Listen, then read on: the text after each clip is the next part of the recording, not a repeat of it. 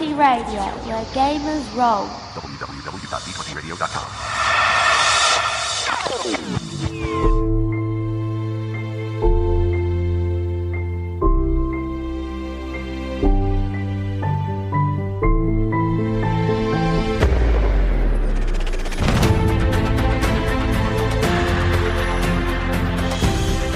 Hello Gamer Nation and welcome to the Dice Pool podcast covering everything that you've ever wanted to know about how to run and play in the GeneSys Role Playing Game by Fantasy Flight Games. I'm your host, GM Hurley. This episode we have an exciting show for you, but for the moment I'd like to introduce you to the people responsible for the theft of Santa's stolen big white boomers, just so they can get here tonight. And if you don't know what a big white boomer is, look it up. I don't know what a big white boomer is. I need to know. Really? You don't know what a big white boomer is? Serenade us with your old man speak, Ian. Wow. So you've never heard it because it's just turned. Well, it's been Christmas and we're now in the new year.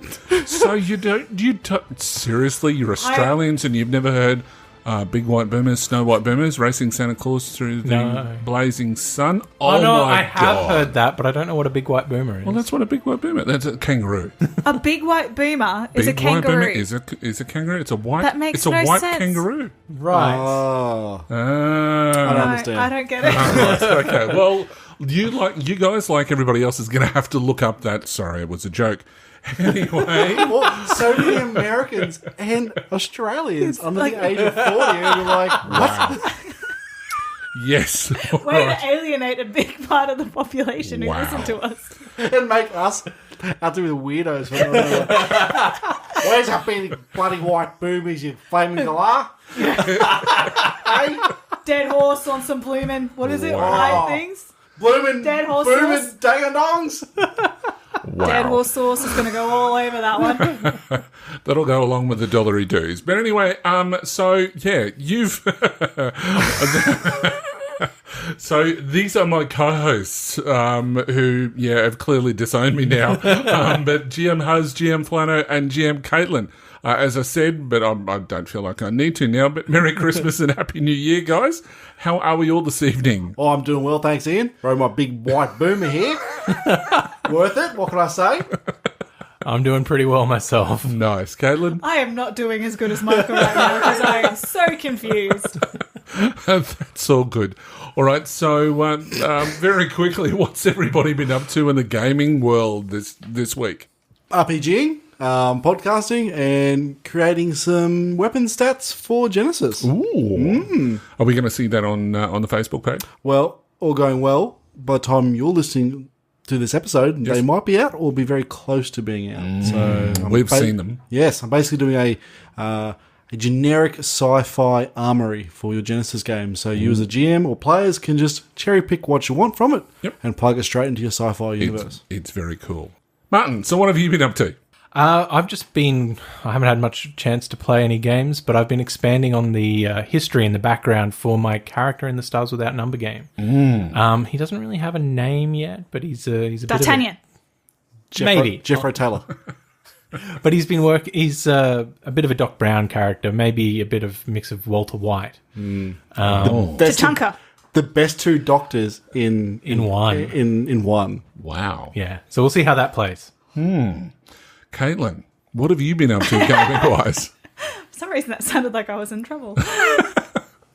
Gaming-wise, I haven't actually been up to too much either. Considering the Christmas period, it's been a little bit hard to find time. But I have been enjoying creating the character for the Stars Without Number game that Martin mentioned. And I'm super keen to get that started. We had our session 0, which was really fun. We developed all of our characters. We developed our character triangles. And from that, I developed my character's background a little bit more. So I'm so keen to see that in action very, very soon. And there's a very artsy black and white photo of that session on the Facebook group too. Normally, in this sort of circumstance, we'd go straight into On the Radar. We're going to bypass On the Radar for this episode, and we're going to get straight into the core of the show, where we'll be discussing narrative dice. So I think it's time for core of the show, guys. And big white boomers. Yeah, clearly. Core of the show. So welcome to the core of the show, the segment where we'll take a deep dive into a topic concerning the GeneSys role-playing game and, of course, gaming in general. Now, this episode, we're talking narrative dice. What are they? How do they work? What do they mean? How can I apply their use to my game? And what secrets do their interpretations hold? We'll be discussing the basics of the dice, understanding what all these symbols actually mean, and some advanced techniques which are easy to apply to your game to make them that much better. Plus, we'll be giving some real-time examples. All right, so firstly, though, the question I'm hearing from our listeners is, what are the narrative dice? Well, basically, the narrative dice have, they're not a new thing. They have been around for a number of years with the Star Wars role-playing game, and before that, the Warhammer Fantasy that both came from Fantasy Flight Games. But the narrative way of telling a story has obviously been around for a very, very long time. But the narrative way of telling stories in role-playing sense have gone on since the likes of Fate, since the likes of Warhammer Fantasy, as I said before. The thing that I like most about the system is the fact that the dice, and we'll obviously get into this more as we go, but the dice can help you tell the story. The dice in this system determine whether you succeed or fail. Now, that's a given for any role-playing game similar system. However, the dice for GeneSys also tell the person making the check, as well as the GM, if a check is successful, but with a cost, or failure with something happening that works in the PC's failure. Now, the uniqueness of these dice for the GeneSys system allow the group to tell a story in an almost reading the bone style of play. It's this style of play that makes this game enticing to existing players, but also a great way to introduce people into gaming and encourages roleplay. What do you think, Mike? Well, I really enjoy the narrative dice. I know when FFG very first announced it, way back when the Edge of the Empire beta book very first popped up into existence, how many years ago that was now, and I read a description of what the dice were, and immediately I was blown away by the witchcraft of them, because back then all I really knew was, well, I knew lots of other role-playing games. The main staple role-playing games were D&D and other very binary result systems. So when I read the description that FFG put up for these dice, how they help tell the story, and there was no need for a battle mat or miniatures or anything like that, immediately I was sold, even before I read the rules, because I knew myself I'd been looking for that in an RPG, something that really help drive the narrative forwards. And I think the dice do that, because veteran role players know how to role play and add narrative to a scene. That's a given. But there's a lot of players out there who are brand new to role playing or have never been exposed to a group of role players which allow narrative to happen. The narrative dice that Star Wars introduced, and its very early predecessor, the Warhammer Fantasy role playing game, what it does, it really helps build that foundation for players who aren't necessarily skilled or new to building a narrative of the role playing as they go. Most players just look to the GM and wait to be told what the story is.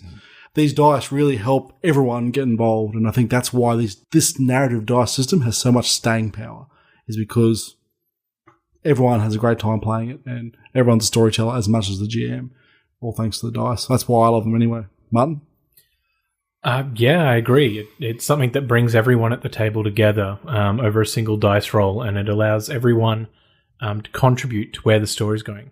The other thing is that even as a veteran role player, you can have a dice roll come up with something that just throws you. Exactly. And allows the story to move in unpredictable and interesting ways. Yep. I love that. And that it just creates a sort of vibrancy to our games. Yeah, there's nothing to point out, like, when I was saying it helps new players build a narrative, yeah, that helps them too, but also, even for veteran players, it's still fantastic, because it helps really demonstrate or give you an idea of a scene or set something up that hardcore veterans can bite into and really extrapolate upon, which is fantastic. Yeah. How about you? Well, when I came in to narrative dice as from playing in a different type of system, which was really heavily based on, well, it was D&D, basically, is what I started out in. And then going into the narrative dice and actually being able to role play the character that I wanted to do and having freedom to describe what I wanted my character to do, not just simply I point and shoot, which you can still technically do, but using the dice, I was able to actually extrapolate more on what my character was happening around her or him, what he was going to do, what I kind of wanted to happen, build on that by using some of the other dice that are on there in order to create this vision in my head of what was taking place in the scene using the dice and what I had available to me. It made it a lot easier to not also do the exact same thing over and over again. Like, very similar when you're in battle, you have your one weapon, you have your one stick or whatever it might be. And because you know that role so easy, because that was for me, maths was not a big thing for me and still isn't. So I would stick with whatever I knew that I would be able to roll and prepare that role in advance. Whereas this one here was much more free flowing. It goes a lot more with the story. You can't really prepare exactly what you want to do. And even if you do prepare, it doesn't necessarily mean it's going to go in the way that you wanted to, which is what Martin was talking about. So being able to really build on that story with every dice check that you have, not always having to replicate the exact same thing over again because your advantages and your threats change the story in so many different ways that you have to constantly adapt to what's happening, which I think is very real and makes the RPG come much more to life for me.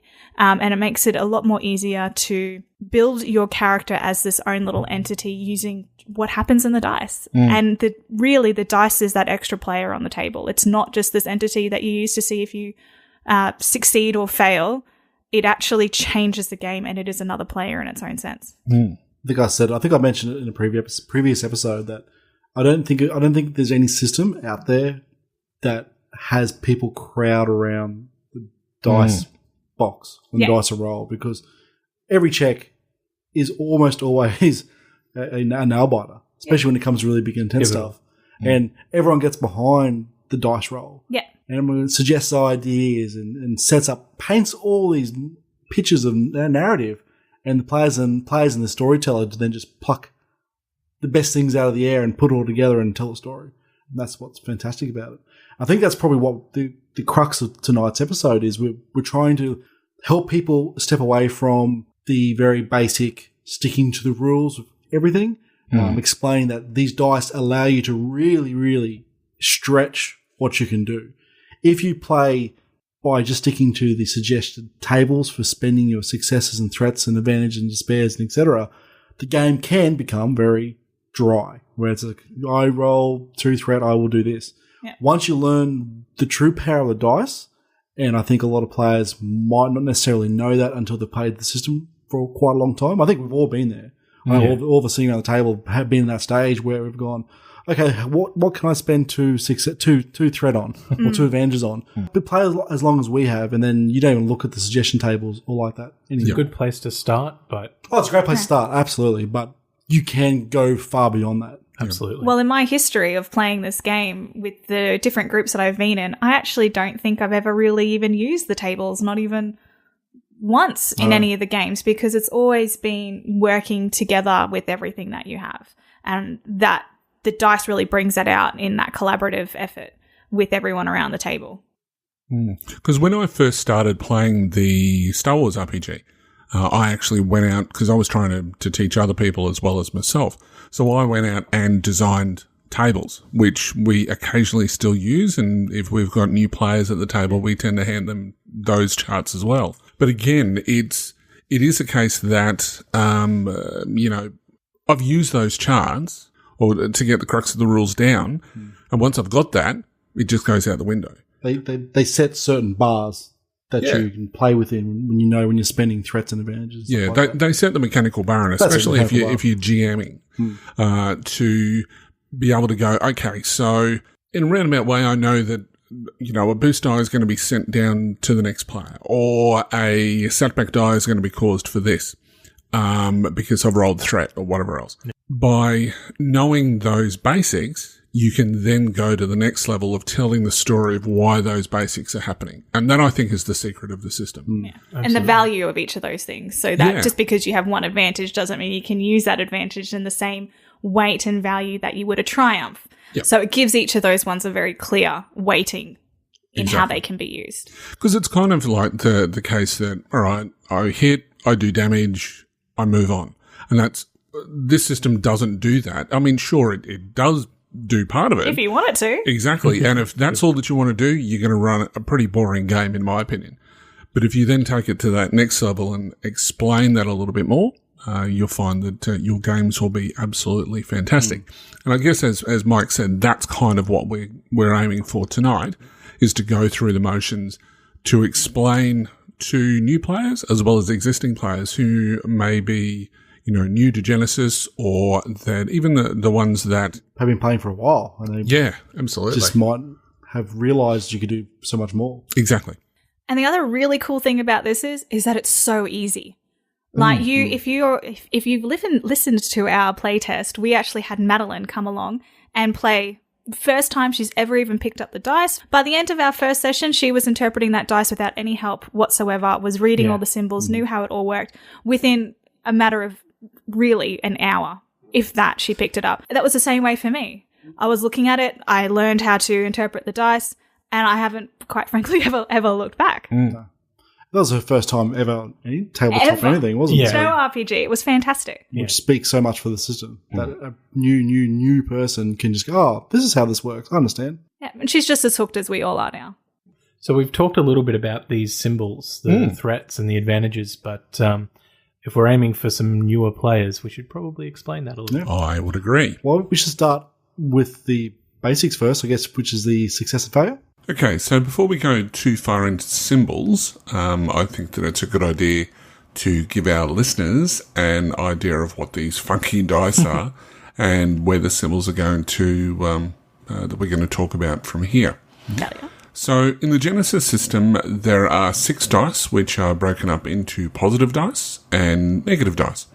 The positive dice are the ability dice, which are green in colour, the proficiency dice, which are yellow, and the boost dice, which are blue. The negative dice are the difficulty dice, which are purple, the dreaded challenge dice, which is red, and the setback dice, which is black. Successes and advantages, they appear on all of the positive dice, and the triumph appears only on the proficiency dice, which, as I said before, is the yellow dice. Failures and threats, they appear on all of the negative dice, and the despair symbol appears only on the challenge dice. Okay, so let's get into those symbols now. Mike? Every dice has either successes or failures on them. Simply put, if you roll more successes than failures, you succeed. If you roll more failures than successes, you fail the check. That's the most simplest way to put it.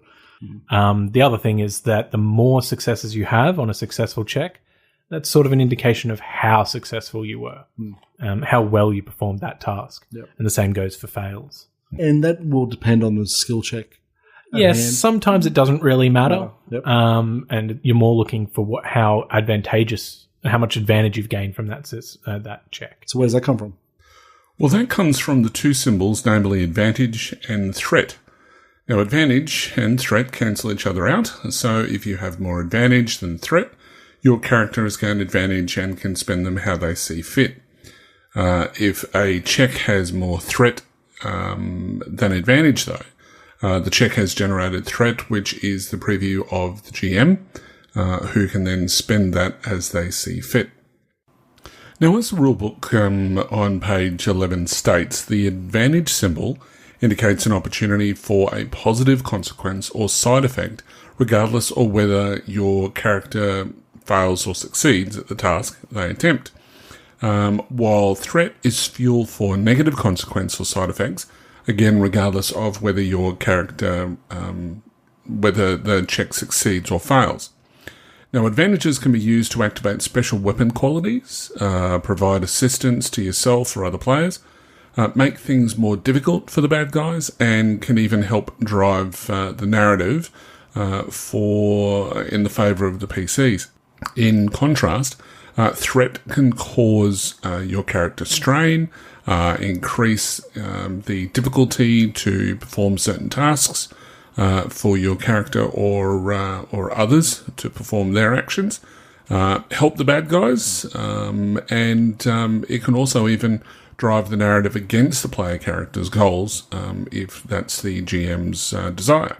threats and advantages can be used in different ways. Advantages, things that they can sort of be used for, things like you can be passing additional boost die on to people because of circumstances that have occurred as a result of the check. Threats can cause strain to people. They can cause additional setback die to get given to different people down the track. So now we can get on to the two final symbols, which are triumph and despair. Caitlin, would you like to take us through those? So these are some of my favorite sides to come up in gameplay, be it despair or it be triumph, because amazing things can happen when these dice turn up in your dice pool. So the triumph is basically the positive, something amazing has happened. It is the highest weighted side or highest weighted symbol within the system, with its equal and opposite being the despair in the negative side of the dice. So your triumph, really the best way to look at a triumph is that amazing cinematic moment that something great happens with your story or with your narrative. And in the same hand, despair is when something terrible happens to the characters. So basically in the favor of the GM with whatever he's got concocted up in his mind or her mind. But basically that's what those are. They are your amazing cinematic moments. They are what your characters can do something really cool in, something fantastic happens for them, or negatively something really, really terrible happens, which can add some really cool aspects into your narrative story. It's probably worth pointing out too, out of all the results, triumphs and despairs are the only two which don't cancel one another out. Oh, that's a good point. So it's possible for you it's possible for a check to have both a triumph and a despair in it, which can sometimes be the best. Yes. Something amazing and something devastating. Yeah. Or you're successful and you still have a despair coming on board. And also as well, they count as their own success as well as a triumph. So when you're counting up and tallying, you might have a couple of die that have successes and advantages. That triumph counts as success as well as the triumph in its own. So you might have 3, with the triumph being one of those and the other 2 being successes. So that's 3 successes and a triumph. But we'll get into a little bit more of that nitty-gritty crunch a little bit later. Yeah. So effectively, with the triumph and the despair, because they have success and failure attached to them, respectively, that they can be cancelled out. But the triumph, as in the storytelling part of it, doesn't get cancelled out. And so you can have a situation where you've got those two running at the same time. And that has created more headaches for me than it's probably worth talking about. But excellent story point. Oh, I agree 100%. The other side of it, if any of the listeners are a bit more visual in terms of wanting to understand and listen along to what we're talking about here, we'll post a bit of a picture in the description on our Facebook page when this episode is launched. So go and check that out. And it's plastered all over the FFG forums anyway, as well as on the product page. If you're interested in GeneSys and this is your first episode, go and take a look at that. All right, so we've now gone through basically what the dice are. We've gone through some of the symbols and what they do. So what would we like to go through next? I guess we talk about how the dice are implemented, because we've said a whole lot of words, but which is fine. But I guess the biggest thing is talking about what dice are used when. Yep. That's probably the biggest thing, because knowing that's half the battle, I think. I agree.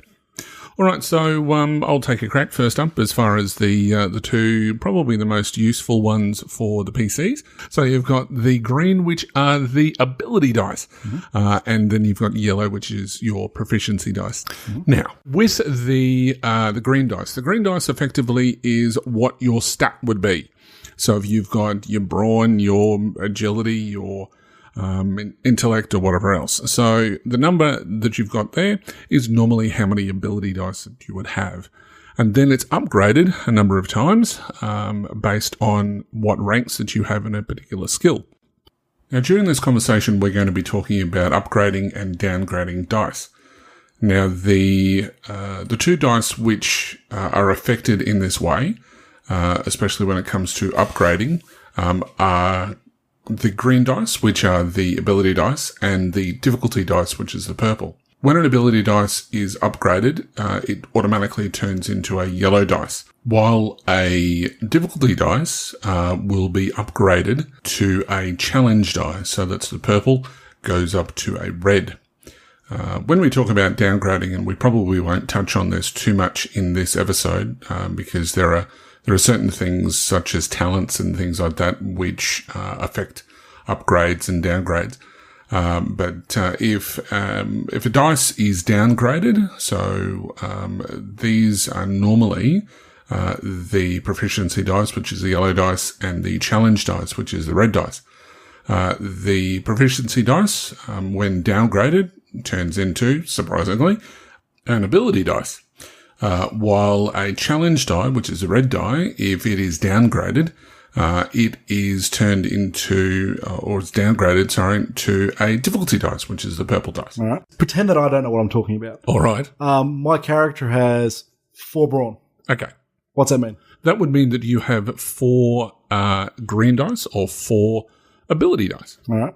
Excellent. And I'm looking at my character sheet here, and it also says my athletics is, I have 2 ranks in athletics. 2 ranks in athletics, which is attached to the brawn attribute. So that would mean that you upgrade 2 of those green dice to yellow dice. And that would give you 2 green and 2 yellow. Right. Cool. This does present one problem, though, because occasionally it works in reverse. So if you've got 2 in brawn, this is a little bit confusing here. So if you've got 2 in brawn, but you've got 4 ranks in a skill, which might happen after you've spent a bucket load of XP, then you actually look at the higher number of the 2. So the higher number would be obviously the athletics, which is 4. So that's how many green dice that you roll. And then it's upgraded a number of times equal to the stat that it's attached to. In this case, it would be brawn.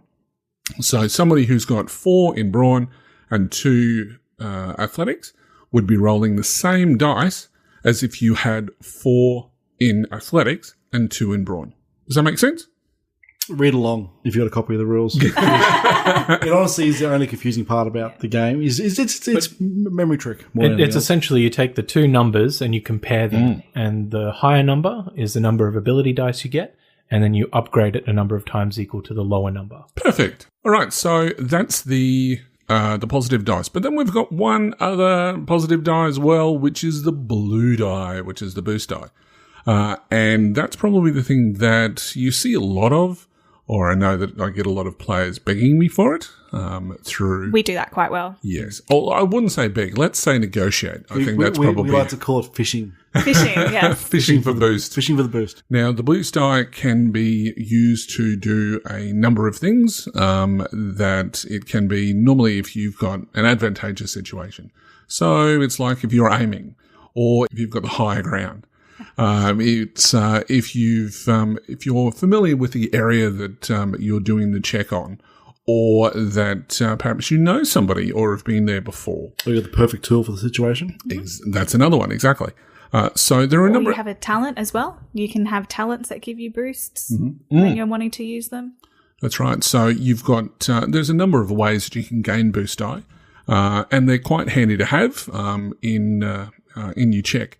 And they just get added. So to put it into, I guess, other system terms, rather than getting a +2 for this and a +3 for that and whatever else, they just make it a little bit easier just to say, have a boost die. It just makes the math a lot easier to deal with. And it can add that sort of creative flair. But we'll get on to that a little bit more. So Mike, would you like to go through the negative dice? So to the other end of the spectrum, we've got the negative setback dice. Now, this dice is the black dice you'll get in your dice kit. It's basically the binary opposite to the boost dice. If there's a situation or circumstance which is against the player's odds of succeeding, you chuck in a 1, 2, or 3 or more setback dice. It's not uncommon for a check to have, numerous setback dice. Various things can generate setback dice. For example, I'm firing my rifle and it's bucketing down rain, setback dice. It's also very windy, another setback dice. My target's in cover, another 2 setback dice. Straight away, my shot, I have 4 setback dice straight away. Immediately when I look at the dice in my hand, I can see the odds of me succeeding if this shot's pretty damn slim because there's so much setback in the way. That's what setback's used for, basically to add a little bit of spice to the checks when things aren't going your way. And it is possible to have setbacks and boost dice in the one check. You could have 4 boost dice as well as 4 setback dice. It's all very variable and depends on the circumstances you're in. There's also a whole heap of talents in the game. But it's actually, in GeneSys, there's one talent so far called Knack for It, which allows you to remove setback dice from certain skill checks. That's a very, very powerful one.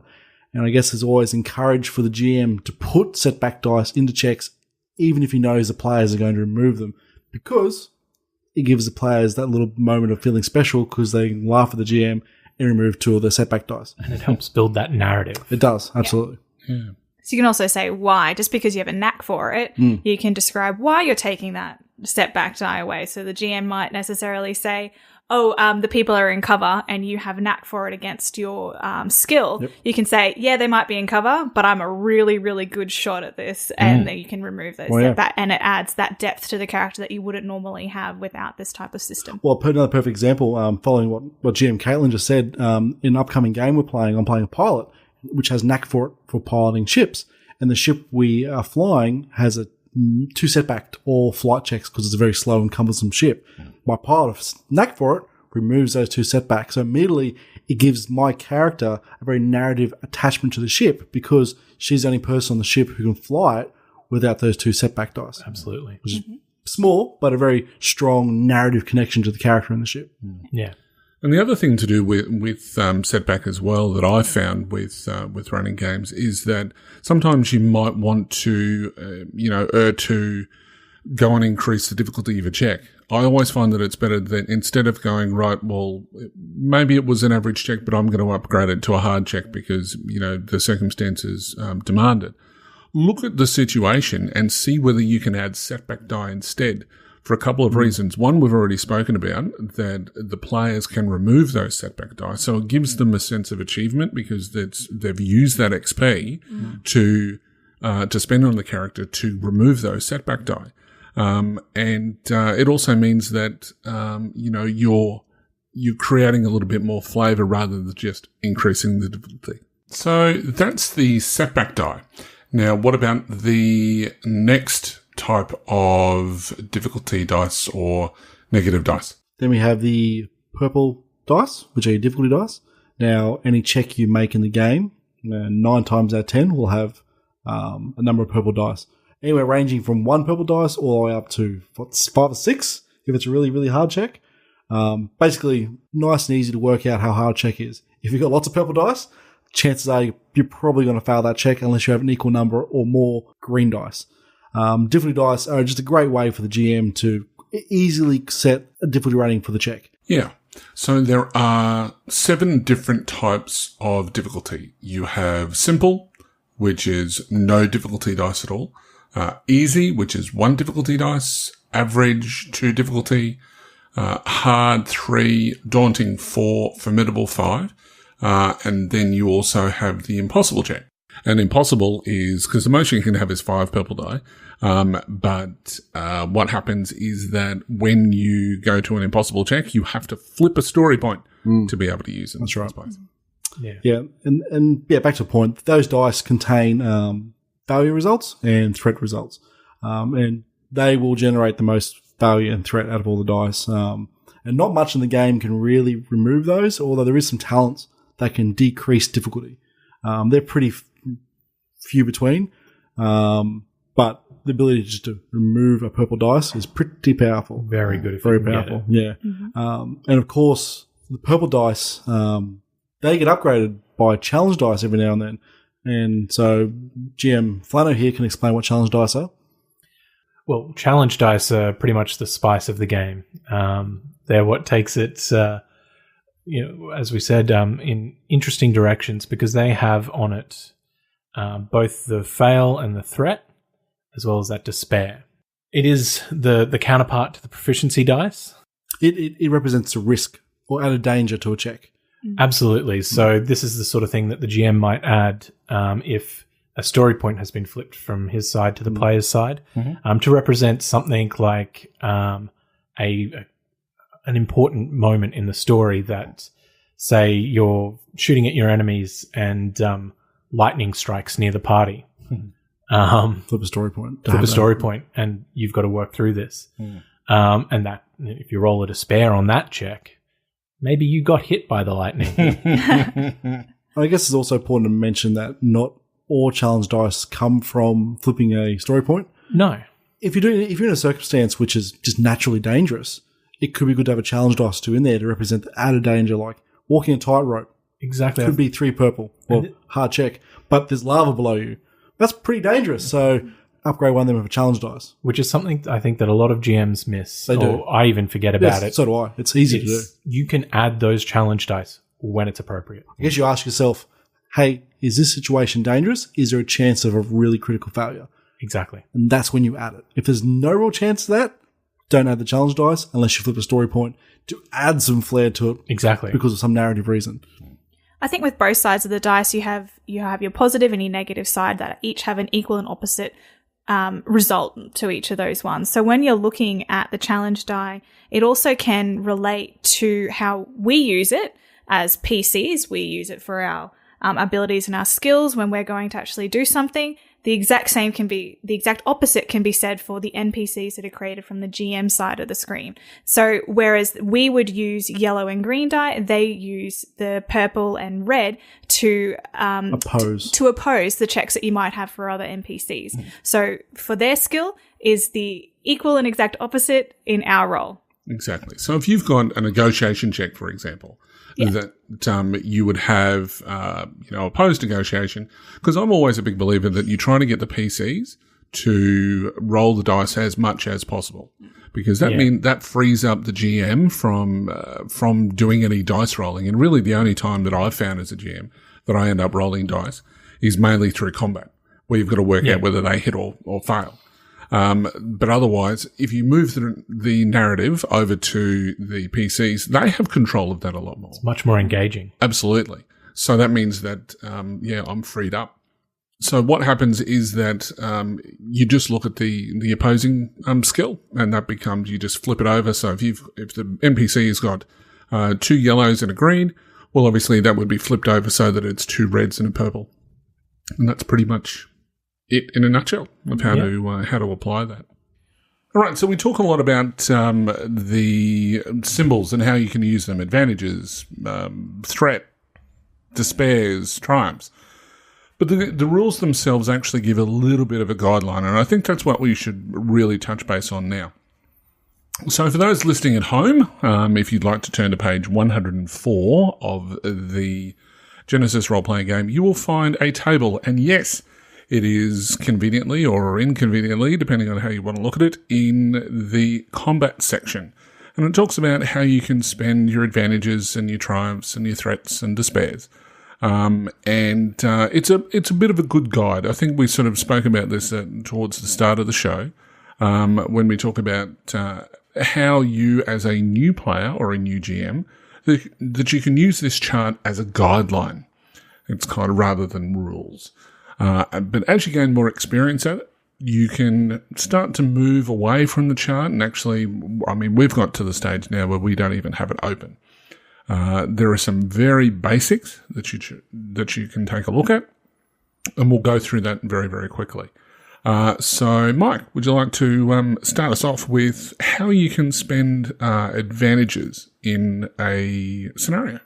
Advantages can be spent in lots and lots of ways. And as Ian says, the table gives you a good level of how many advantages is worth what.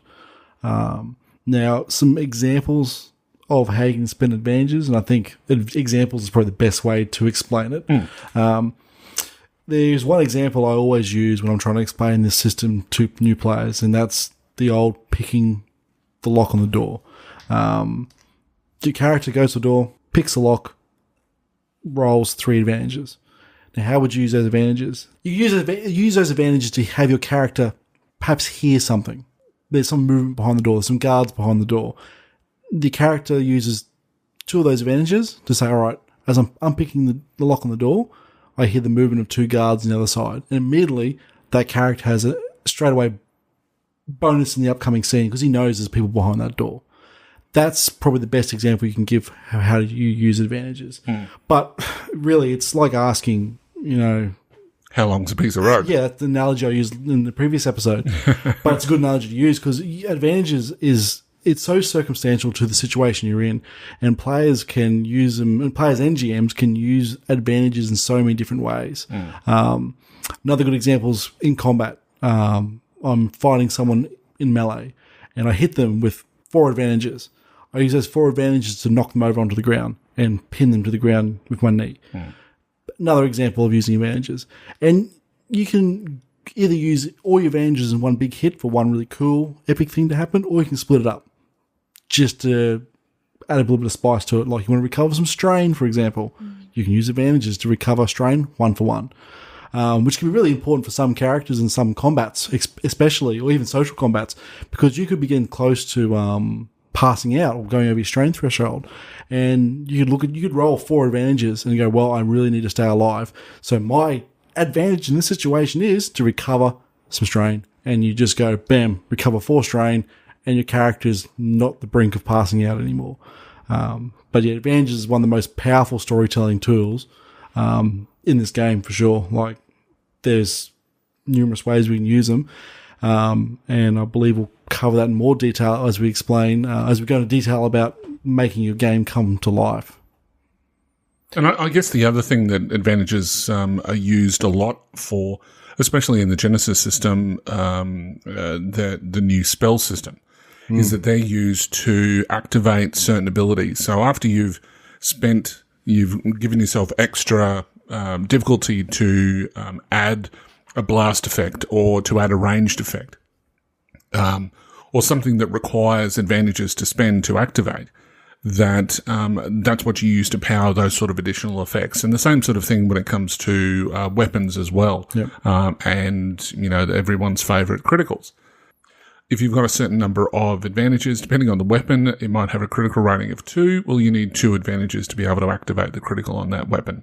So that sort of thing. Well, I think that's where the unique thing about this dice system comes into play, that both advantages have a very mechanical aspect and also a very thematic aspect. Yes, some abilities may cost you this exact amount of advantages, whilst other things can be very up to the interpretation of the players and the GM. So what about threat? How is threat interpreted? Well, it's generally interpreted by the GM. Typically, more advanced players might start suggesting things, but to start with, the GM's going to have a look at these and he's going to draw conclusions and challenges for the players. Yep. For example, to use the lock picking again, when the player started lock picking, and he's rolled his check and he's gotten he's been successful in picking that lock, but he's rolled a bit of threat. Maybe there weren't 2 guards behind that door to begin with. Now there are. The 2 guards have heard you picking the lock. Oh, yes. Yeah. Or with enough threat, perhaps that lock pick that you're using or whatever tool you're using happened to snap off. yeah. And you can't use that again. And I guess a good thing to cover right now is that threat can never negate a success. No. Yeah. So It's a very important thing to set in stone straight away at the start of a game. Yeah, so whilst you've broken that pick, you've still succeeded in opening the lock. Yeah. And if you get enough threat, you could break your lockpick, and the guards behind the door, you break your lockpick. Yeah. So it's all sorts of bad for your character. For that sort of thing, probably 3 threat to break the lockpick and 1 more, so you'd need 4 in total for the guards to hear you. Yep. Yeah, that's right. But I mean, the interesting thing by just listening to everybody here, and I think this is what the listeners should probably take away, is that there are so many different ways that you can interpret where threat and advantages come from. But as Mike's also said, that the number of threat cannot negate a success, and vice versa is true as well. A number of advantages can't negate a failure as well. I did forget to mention, though, in the same way that advantages can give you strain back, threats can give you stress. That is so true. they can strain you out. So whilst you're picking that lock, you could be under a lot of pressure, so your brow is sweating, and and you get that little bit closer to, to being over the edge. Exactly. Or the GM can also use threat to determine, maybe it takes a little bit extra long time to pick that lock. And your friend that's being tortured on the other side of the door could suffer more wounds because you've taken your sweet time to pick that lock. Yeah. The other thing as well with threat, which is something that I've been going through the magic rules recently. This is something for people who haven't got to that section of the book yet, is that with spells, if you're rolling threat, it's actually double the normal amount. So if you've got 1 threat, you actually take 2 strain or 1 wound, which is a little bit nasty. That's how it should be. There's a lot Not of nasty enough though. It should be brutal. A lot of payoff with the magic, but it's risky. Exactly. Yeah, exactly. A bit of a tangent. I know regarding magic, but I think a lot of people are asking that magic might be too powerful. But as a GM, make the side effects of magic brutal, and then I'll immediately put a limiter on magic being thrown about willy nilly. Yeah.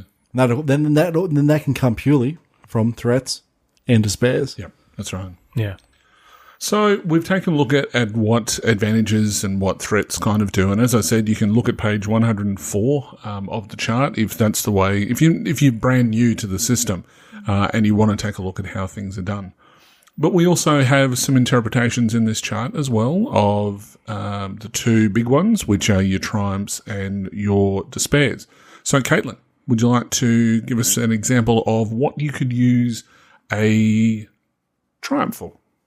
So triumphs you can use for a variety of different things. It could be a major plot point change. So say you are doing a heist and you've rolled a triumph, you could narratively talk about, a flashback to the montage scene where you're preparing and all of a sudden you're confronted with people, but you roll a triumph and you have your montage scene and then people come in from behind and you have an extra support in whatever you're doing next. Or it could be an environmental. You could change something narratively like that's happening around you. So perhaps you are running into a combat and you rolled a triumph, which means that you are in the best prime position because you have environmental cover all around you. It might start raining, which gives them a setback, but you're trained in low light vision or any of that kind of stuff. You can basically turn the tide of whatever is happening in your favor with those triumphs.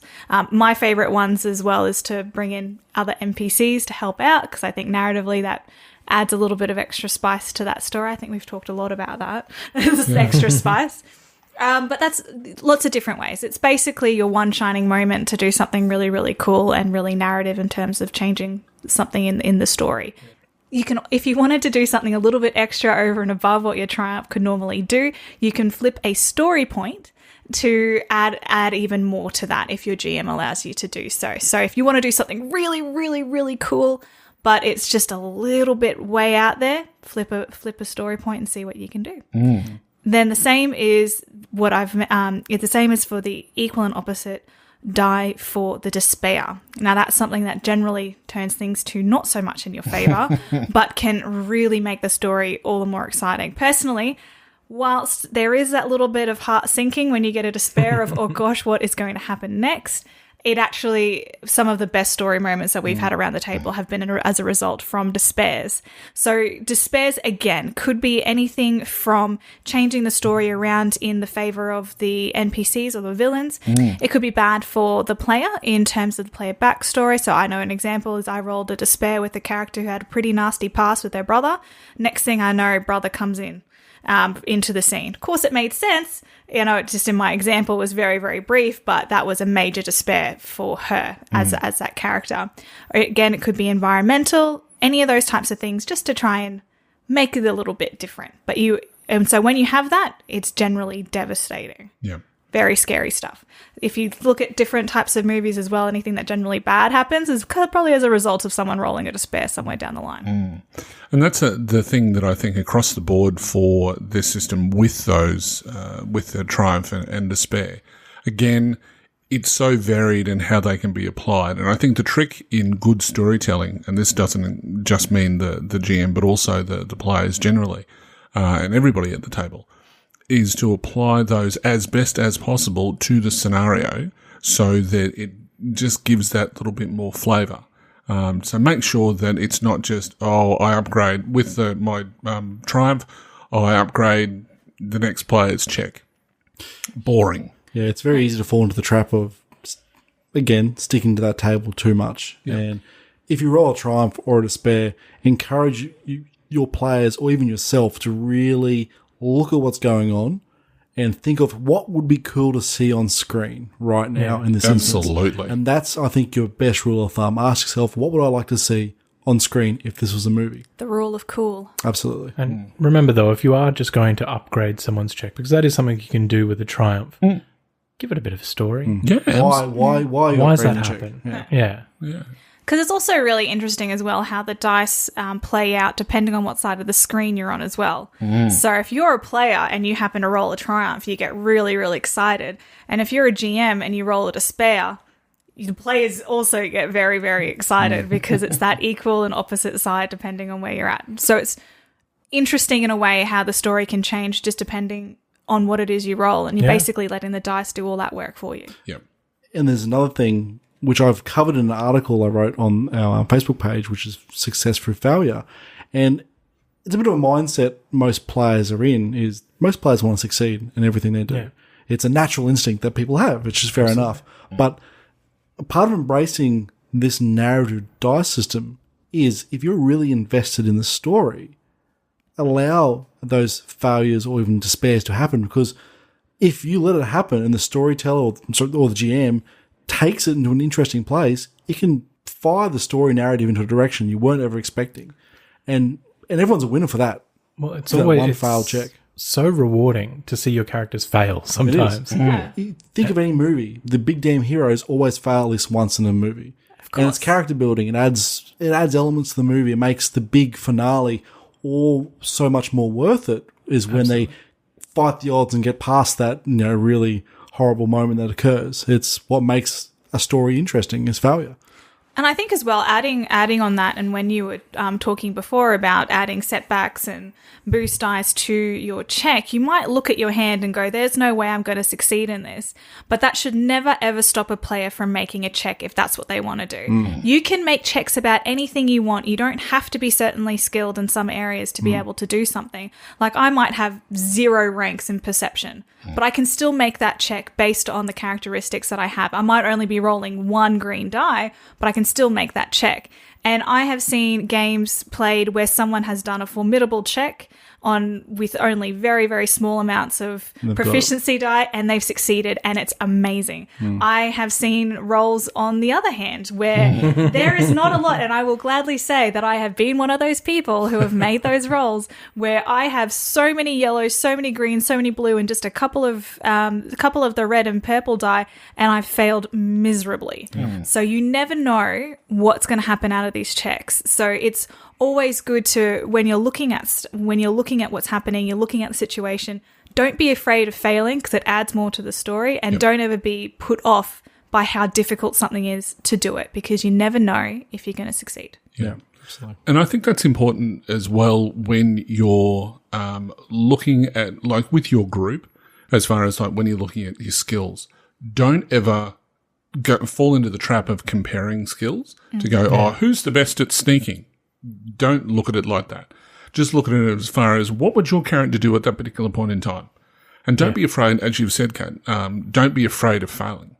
Because, you've still got this, it doesn't matter what your percentage chance, you've still got that chance of success. And, all that it takes is just a flip of a story point, and you've got that 1 yellow die, and that yellow die is the difference between a failure and a massive success, when the only thing that you've rolled is a triumph, because that can just change the whole story. If you want to use a real-time example, if we go back to the first episode of the live play, when, Kat, I think you made a perception check when looking at the bandits, and what happened out of that was that you actually knew someone, and you look at the story that took for the next 2 episodes of that other orc, that, I can't remember his name. Old mate from down the road, that's what I used to call him. The sort of story that generated just from that one check can just add to that narrative in such a rewarding way as a GM, as well as also the players, because they can feel much more involved in that story. Yeah. Now, there's something that GM Flano mentioned before, and that's explaining why dice are being upgraded, or even boost dice or setback dice are being handed out. Or gaining strain back. Exactly. There's lots of the table in the combat section in the GeneSys rulebook. One of the most common things you'll do is hand boost dice to the next active player, or you pick a player.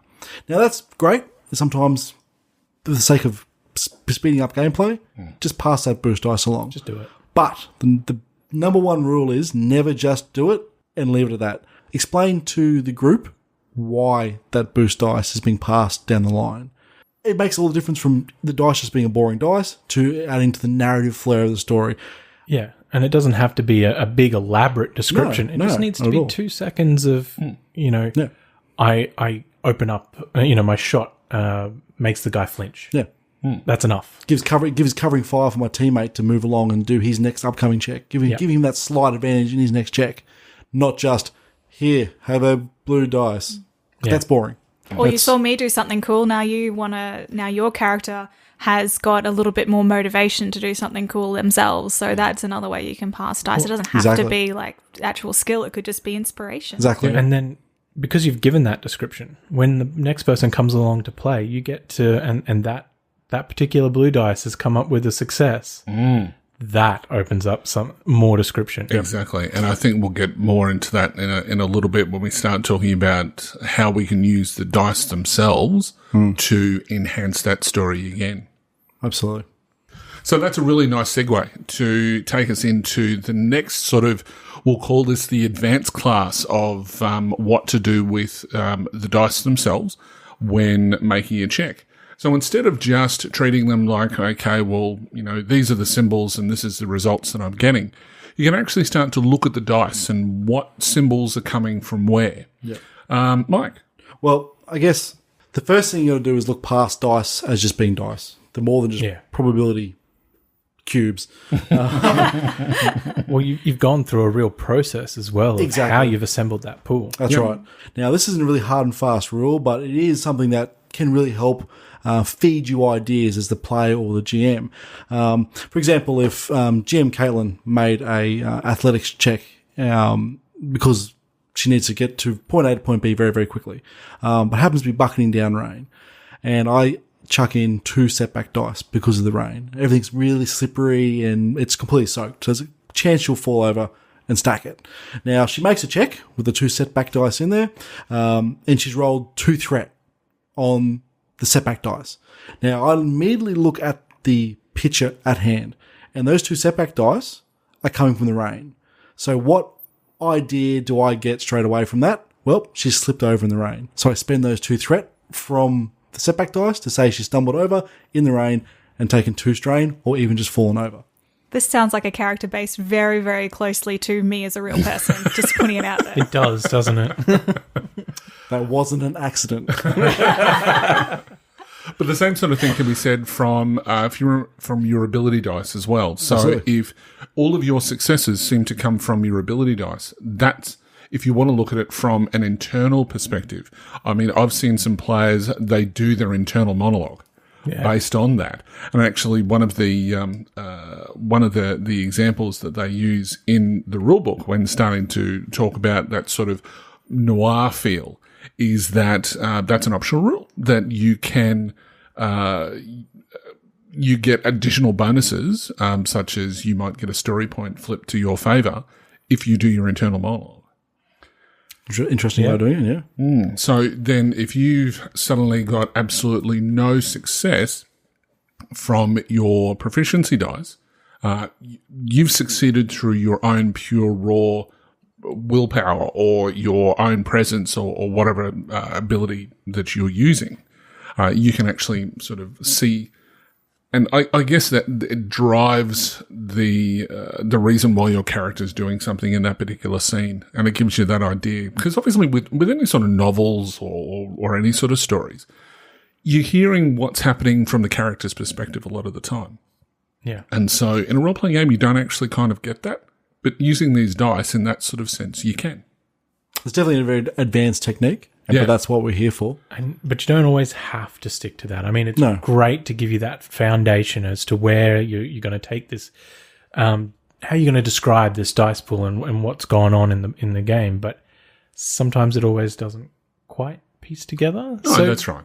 take liberties, Absolutely. I mean, it's not a hard and fast rule, and I think that's sort of the thing that anyone can take away from this is that where they come from isn't important. But if you're stuck for an idea, because a lot of the time some players can get that analysis paralysis that goes on as like, oh my God, I've got, 5 advantages. What am I going to do with that?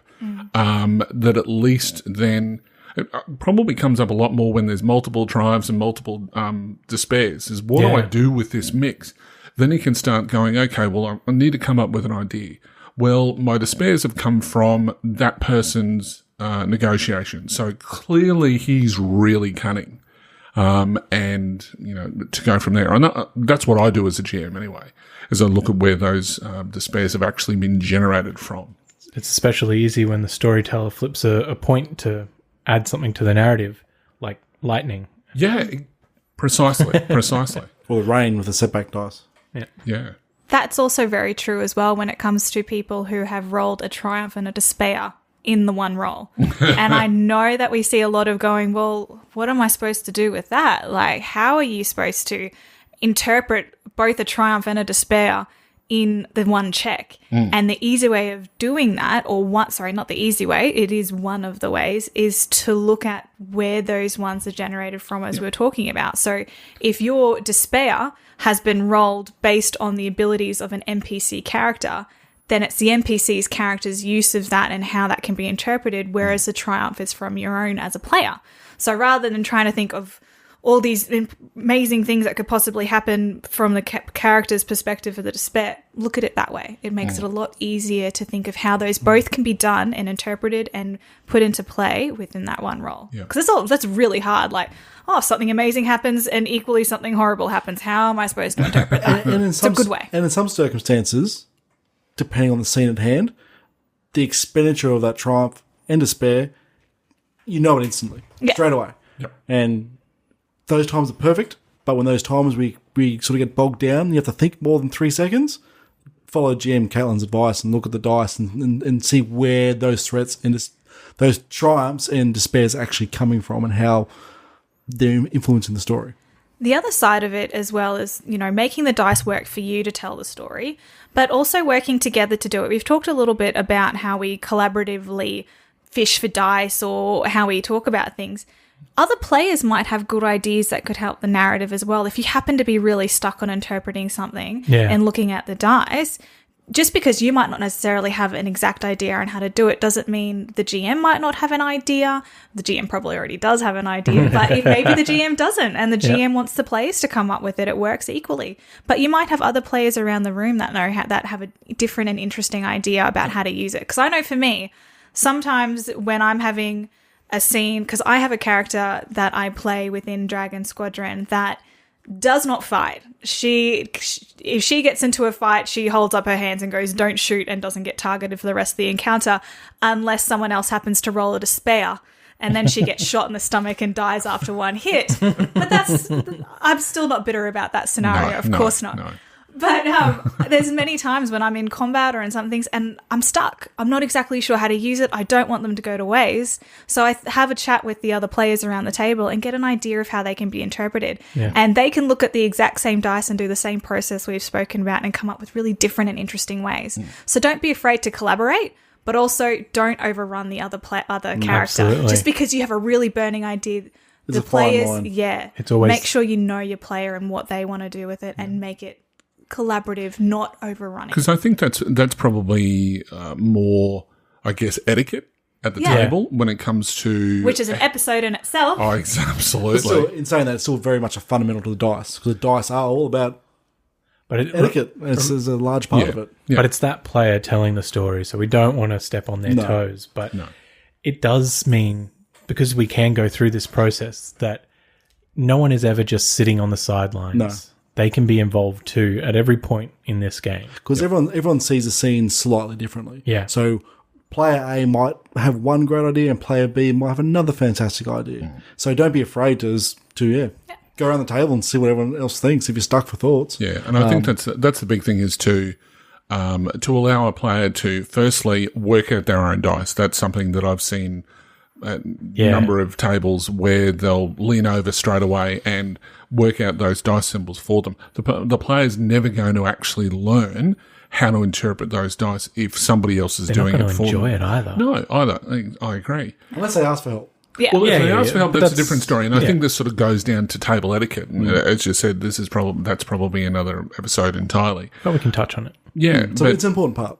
Yeah, so if you've got, if the person's, they've worked out what the interpretation of their dice pool is as far as the results go, then if they're stuck, then it's up to the player to then go, you know what, I'm not quite sure what to do, perhaps, put it out to the table.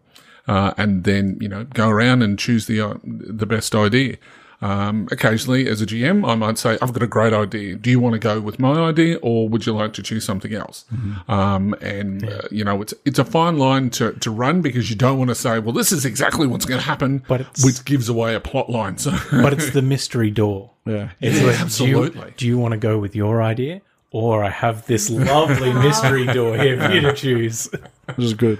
That's right. I always get a little bit nervous when the GM behind the screen goes, I have an idea.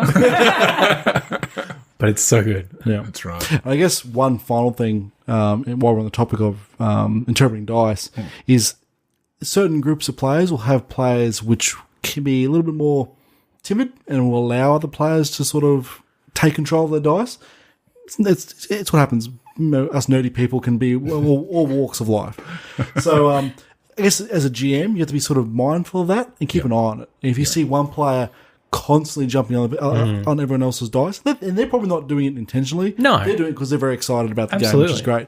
But as a GM, just go, hey, this is so-and-so's dice roll. Let them be the final arbiter of it. And look, one of the things that I've done in the past with new players to the game is when when they've rolled like only 2 advantages or even just a single advantage, go that next step and just add a little bit more for them so that they go, oh, if I suggest this, it's kind of like that, if you want a dog to learn a new trick, you give them basically give a dog a treat. Yeah, give them a nice little treat. The same sort. I know that sounds really terrible. He's trained us well. I was like, oh, no wonder I'm not playing any of these games. There's treats. But in all seriousness, though, the thing is that you've got to train your players to be able to, so that they can. I was wondering why you had a bell. That was very weird. That explains schmackos. Maybe, right? Okay. So effectively, you're teaching the players how to be creative by giving that positive reinforcement. Yeah, and that's a good point. If a player has a really good idea for how to spend their advantages or triumphs or whatever, and it's a little bit more far-fetched than what you would perceive the number of advantages they've rolled to equate to, just let them have it. It's a story. We're here for a good time. Or if it speeds up the play, go nuts. Or flip a story point, Exactly. as we were saying before, because if you can do it for triumphs, absolutely, why can't you make that GM like that rule at your table that you can do that for your advantages and success? Yeah, that's right. To spice them up. Yes, we're talking a a lot of spice tonight. Yeah. This is a very spicy episode. Well, it's better than talking about peanut butter, but anyway. Spicy peanut butter. Spicy. Oh, no. Is that a thing? I think we should make it. Right. Put a dice pool podcast on the jar. But I like GM Hooley's suggestion, rewarding the players. One of the other things that you can do, which is something GM Caitlin suggested earlier, is that if they do come up with that amazing description that's perfectly in line or, enriches the story in some way, you can reward them with a story point or something along those lines. Or just give them a boost dice. Or give them a boost to the next check. Simple as that. Because if you look at the way that a skill check is supposed to be done, is that you tell a story, and even in combat to an extent, is you tell the story of what's happened, you roll the dice, and then you interpret the dice, and then you tell the rest of the story based on that interpretation. Yeah. So if the player is given this, as you say, Martin, a fantastic description, give them a boost die, give them 2 boost die, upgrade their check depending on, if they've drawn directly out of their character background to tell this part of the story. Yeah. Or even just spice it up. Even them just telling you what would be a boring check, making a little bit more flair of narrative tale to it. Exactly. Again, it's that positive reinforcement absolutely.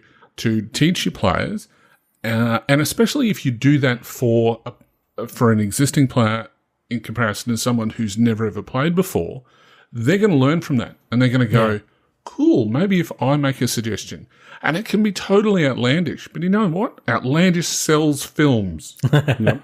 You know, so that's the way that I look at it. Anyway. It's amazing how much dangling that boost dice in front of players takes them from going, I will shoot him, to I will dive over the cover onto my belly and draw my pistol and fire a bolt between his eyes. Just for that boost dice, people will immediately go from boring to, oh my God, a boost dice, and will tell the best narrative scene every time they make a check. It's insane. It's worth the boost dice. It's the joy of fishing. Yeah. There's even more setback. They even know. She'll be right, mate. But whatever you do, don't get to the stage where if somebody gives a really boring description, you go and give them setback die. That's not the aim of the game. You don't invite them next game. Oh, no. That's harsh. It's like, as soon as they finish their boring description, you just flip one of the negative story points over. Not slowly. Yeah, nice work. Everyone here now hates you. Everyone is now targeting you. Yeah, that is just... And that is something that you don't do. In fact, everything that we just said in the last minute, just disregard. But ultimately, when it comes to this sort of system, the best thing that you can do is allow your players to be more creative, to allow them to interpret their own dice pool. And the thing which I guess this is more for advanced players, but you can do it pretty much. I've seen people do it like within the first session, is that let them interpret threat as well. Because sometimes it's it's easy to fall into the trap as a GM of just allowing them to, as far as them meaning the players, allowing them to adjudicate their own advantages and triumphs. And the GM only takes control of threat and despair. But I've seen some of the best despairs that I've seen in the games that I've run hasn't come from me. Yeah. It's come from players who've said, this would be a much better story. Can we go with that? Or they go, oh no, I hope this doesn't happen. And I go, well, strangely enough, that does happen. So, yeah, that's probably, again, another topic altogether about how to GM, and the best way of doing that is to steal players' ideas. But it's the same thing. The storyteller sometimes will be stuck for ideas, and throwing it to the table is not a bad thing. So the thing that I found, especially since starting in Star Wars, is that at the end of a session, because of how narrative the story can be, I'm exhausted. I was about to say that. It's exhausting because you have to interpret every single negative outcome and your brain just melts after a while. Yeah, and this is why that I love you guys as players, and I'm sure that it doesn't, as I said before, it doesn't take long to get your players to that stage where they will interpret that. And that's one less thing that I've got to do. I know that sounds really lazy as a GM. But it engages everyone. Yeah. Well, how many times have I written down what I think you're going to spend despair on? I write it down so I can reveal it later on after you've spent it. And sure enough, it's exactly what I predicted. That does happen a lot. So we've gone through basically what each of the dice do, what these crazy symbols do, and how you can use the dice to best suit the situation. What I think we should do is probably put some real-world examples into this. And I know that Caitlin, we were talking about this before the start of the show, and one of the things that we talk about and we've spoken about tonight is, especially when it comes to Triumph, is what would look really good on film. One of the things that Kat suggests, and you'll obviously do a much better job than what I would, so I'll throw it over to you as far as the example that we were talking about, the Fifth Element. Of course we're talking about the Fifth Element if I was in the conversation. We're always talking about the Fifth Element with you. So one of the things that you raised, and I think it's a great example of how advantages and threats and despairs and triumphs can come into play. So set the scene for us.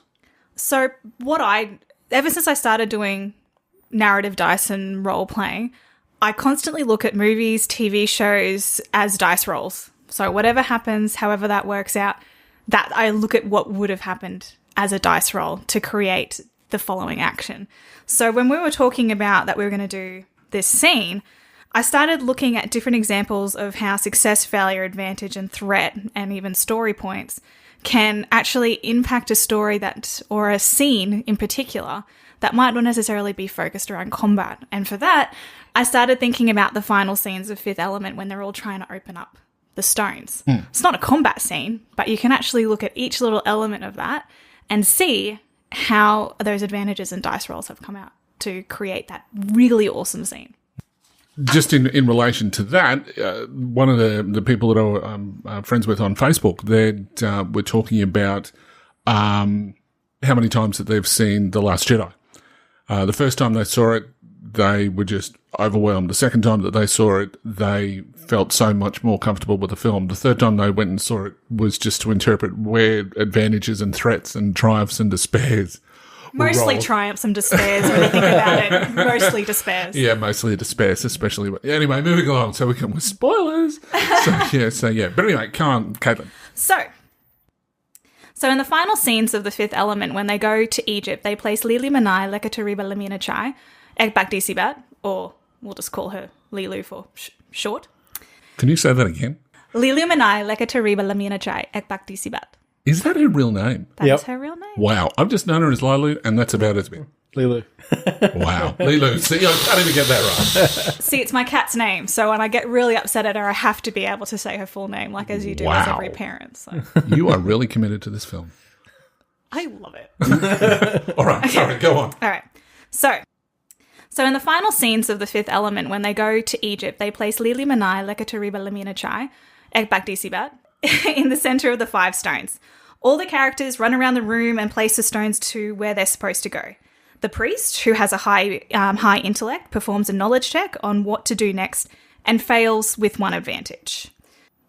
So, for example, just because you're the most likely to succeed at something doesn't mean you're always going to, like we were talking before. So he would have had heaps of yellow, heaps of green, and still failed that check. Yep. And we've all been there. So he knows how the room needs to be set up and what the stones need to be, that the stones need to be opened, but nothing else, because in theory, no. The fighter pilot, who has an average intelligence and high levels of brawn and agility, tries to charm Lilu to give him the information he needs in order to open the stones.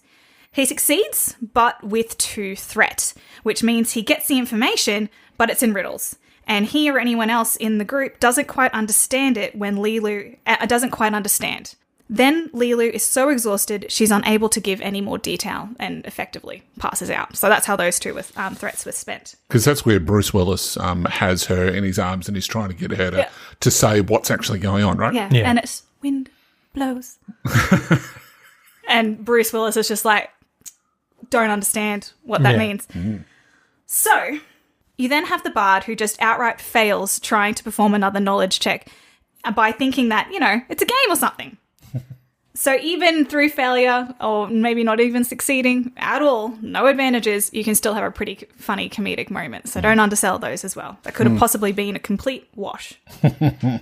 They all take a stone and have to think of different ways to open the stones, and you can see them all trying different things.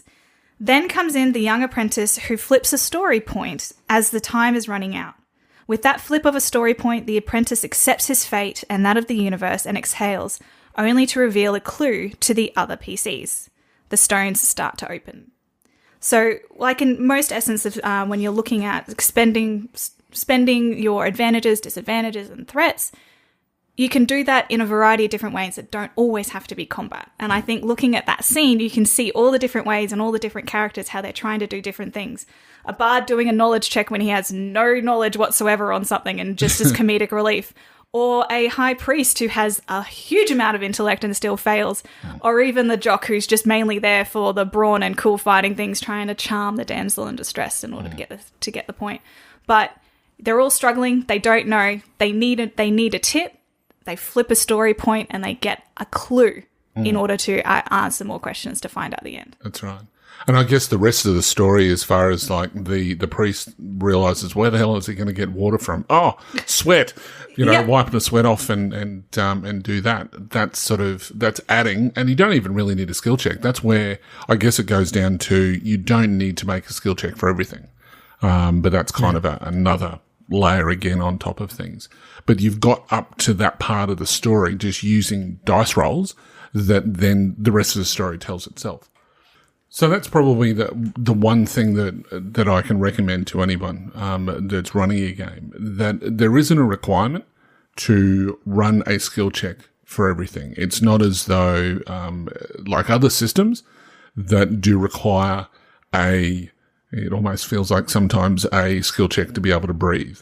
And they're normally very, very heavy skill systems, where if it gets in the way of the narrative, and it's just something that is fairly simple, don't require a skill check at all. Isn't the general rule of thumb is that there has to be the threat of failure in order to warrant a skill check? Yeah, pretty much. I think another rule of thumb is will it be interesting to see that scene unfold? If it's something mundane that people do every day in their life, don't worry about describing. Just say, if a player wants to get from point A to point B in a very mundane way, as like driving their car, and there's no threat of Apache helicopter attacks, let them drive the car from A to B. And that's with it. you as a GM, there's always the threat of that. There's going to be helicopters, but everywhere. But if it's not going to add anything to the story, That's an even better way of saying it, Jeb. yeah. Then why do it? The power of a screen wipe. Well, Yes. because if it's if by adding that difficulty and giving the chance of a despair in a place in the story where it's going to derail the entire campaign, why are they making that check? Mm-hmm. So an example that I've just thought about then is that if you go and look at the original Stargate film, where he gets into a taxi, it's just a wipe that he's basically leaving the place, and there's a taxi there, and he goes off. Yeah. As opposed to some other film that you might see where a person's going into a taxi, but they're being watched for whatever reason. Yeah. So that's the scenario that you might ask for a perception check to see if they spot the person lurking in the shadows and seeing what's going on. The taxi is just the backdrop. Yeah, The that's actual right. journey is not a challenge itself. Yeah, but that might be a situation where you ask them to make a perception check to find a taxi. And if they roll an advantage or a despair or a threat, that comes into play as whether they see this other guy. That is so good. Or they roll a despair and they see the taxi, but they land right through the roof. Sorry, still back on Fifth Element. Multipath. Big bada boom. All right. So one of the things that I think that we should probably do, and it's actually to use the one of the articles that we showed on our Facebook page, which was skill challenges, because I think that that's a nice, easy way to show people how the dice can actually be used to tell a better story. So how do you guys feel about doing that? Great. Sounds good? I love a skill challenge. Indeed. All right. So our scenario is going to be, well, let's make it something simple. It's going to be a bank robbery. But it's not just the bank robbery itself. It's effectively setting up the bank robbery. So you know that there's something that, let's call it the MacGuffin without going in too deep into the story. Yes, Martin? I was just going to say, we're sort of doing this like a montage for this bank heist. Yes, how I was exactly. picturing it. It's almost done. Like Ocean's Ocean's 11. Ocean's 3. And it just the scenes jump back and forwards, and they all slowly weave together. Yeah. Until it's your finale. Exactly. Yeah, that's right. And so that's effectively one of the best ways that you can use skill challenges. So in this circumstance, we'll make it pretty simple. That we'll say that all of your skills are basically going to be 2 greens and a yellow. Okay, so our story is that you've been hired by a crime boss to steal a rare artifact, i.e. the MacGuffin. The ruby heron. The ruby? Look, see, this is what I mean by my players. They tell half the story. I'm very lazy in that regard. Now, the 3 of you have worked together in the past and are fairly experienced in mounting this sort of heist. Okay, so I'm going to do this as a skill challenge. Now, this is probably one of the best ways to do montage sequences, as you were saying, But firstly, let's describe what a skill challenge is. So a skill challenge is, rather than relying on just setting a difficulty for combat or setting a difficulty for some sort of skill check, you want to tell a better story. So the best way to do that is through the skill challenge, where you set a number of successes before 3 failed checks. So that means that and what you do is you tally up the successes that you have for the scenario. So in this sort of circumstance, what we're going to do is we're going to have 8 successes before 3 failures. All right, so that's probably that's an average sort of skill challenge. Now, obviously, as soon as you reach that 8 successes, then you've succeeded on the skill challenge, and the story continues on from there. But obviously, if you fail 3 times, something bad might happen, and that might result in combat, or it might result in suddenly you're surrounded by guards or whatever. But anyway, we'll see how it turns out. So let's go into the scenario. So the scenario is, as I said, is you've got the bank. That's where you need to get into. And we'll just say that it's a modern setting. So what I'll get from you is each of you to tell me what you're doing, and then we'll get a check and what skill you're using. So let's firstly talk about characters. So Mike, come up with a character. What are you playing? Well, I came up with a really quick character just for the sake of this example. I'm playing Marv the Charmer. Now, his 3 main talents or skills lie in Charm, Skullduggery, and Streetwise. So he's somewhat the face of the bank heisting group. Cool. Martin? I'm Jason the Hacker, with knowledge of security systems, obviously talent with computers, and he's a good liar, so he's got some deception in there. Cool. And Caitlin? I'm going to be playing Teddy, who is the muscle/getaway driver. So think Vin Diesel. Nice. Oh, Triple X. Cool. All right. Yeah. I like it. If Vin Diesel was here, it definitely would be. Can he?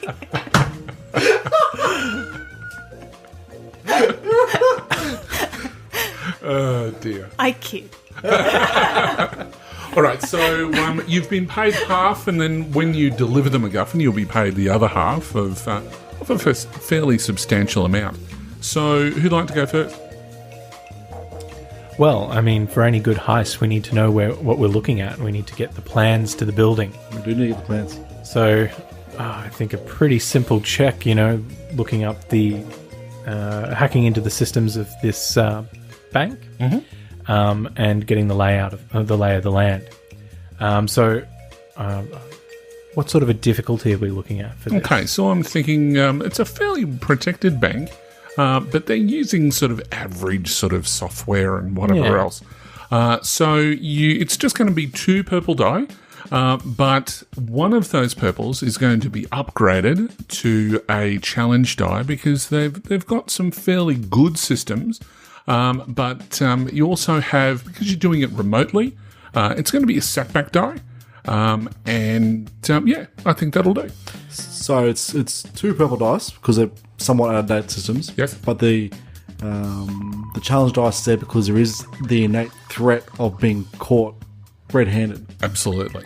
Or there's even a security person on the other end who's really good with computers. Exactly right. So that's another way. Or perhaps there's an advanced AI that somehow managed to get into the system as well. Well, I'd also like to point out that as Jason is the hacker, the brains of this group, he's got a really good setup of computers and things like that that's a bit above board, so maybe he can get a boost out of that. Well, Marv wouldn't have hired him if he wasn't a good hacker. So definitely right tools for the job. So yeah, definitely you can have a boost die for that. Excellent. Okay, so we're going to do this. Let's do it. All right, let's do this. Come on. Baby needs a new computer. Well, those dice are right. an animal. So, I've succeeded with a little bit of threat. So overall, I've got 2 successes and 1 threat. Okay. Now, to me, this says that it's a piece of cake. I've cracked my way into this system. and I've drawn up the plans. I've managed to download all of that. But we were discussing before that there is a security professional on the other end, and he's noticed that there's been an intrusion. He doesn't know what's happened, but something. I've left some sort of trace behind. Because whereabouts is the threat come from in the dice? That's the purple dice? It is from the purple dice. There you go. So we can say that, that somebody else is looking into what's going on. Perhaps, you can share that with the players if you like, but in this kind of scenario. So perhaps he's alerted to somebody might be messing in with the system, which might make things a little bit difficult for the next person to go and deal with either the computer system or the bank or something like that. Well, they're just a little bit more on edge, so a setback might go to the next person. Exactly. Right. So who'd like to go next? I'm happy to go next. So I imagine Teddy's walking now in front of the screen where we've got all the blueprints and plans and what we're going to do, and go, right, we need to have a car. And I know just the one. And he's going to go and describe all the features of a car. I am not a car person, so I'm not even going to try and offend everyone who's listening to this about trying to give off fake car details. It's got 4 wheels. It's got 4 wheels. It goes super fast and it's red. And it goes brum, brum. Yeah. It doesn't, yeah. So he's going to give all those information. It looks really cool. Downside is it is from one particular person in this city has this car. Consider it the Shelby GT of Gone in 60 Seconds. That is his unicorn. He wants that car to get out of it, and he's going to have his little montage of going in and getting that car as the getaway car. Right. So I'm going to be using my driving skill in order to Boost the car. boost the car and drive it back without being dead. Which is the goal of most of my roles, is to not be dead at the end of them. But we'll It's a good see. goal. So you're obviously going to be using your driving skill. I am.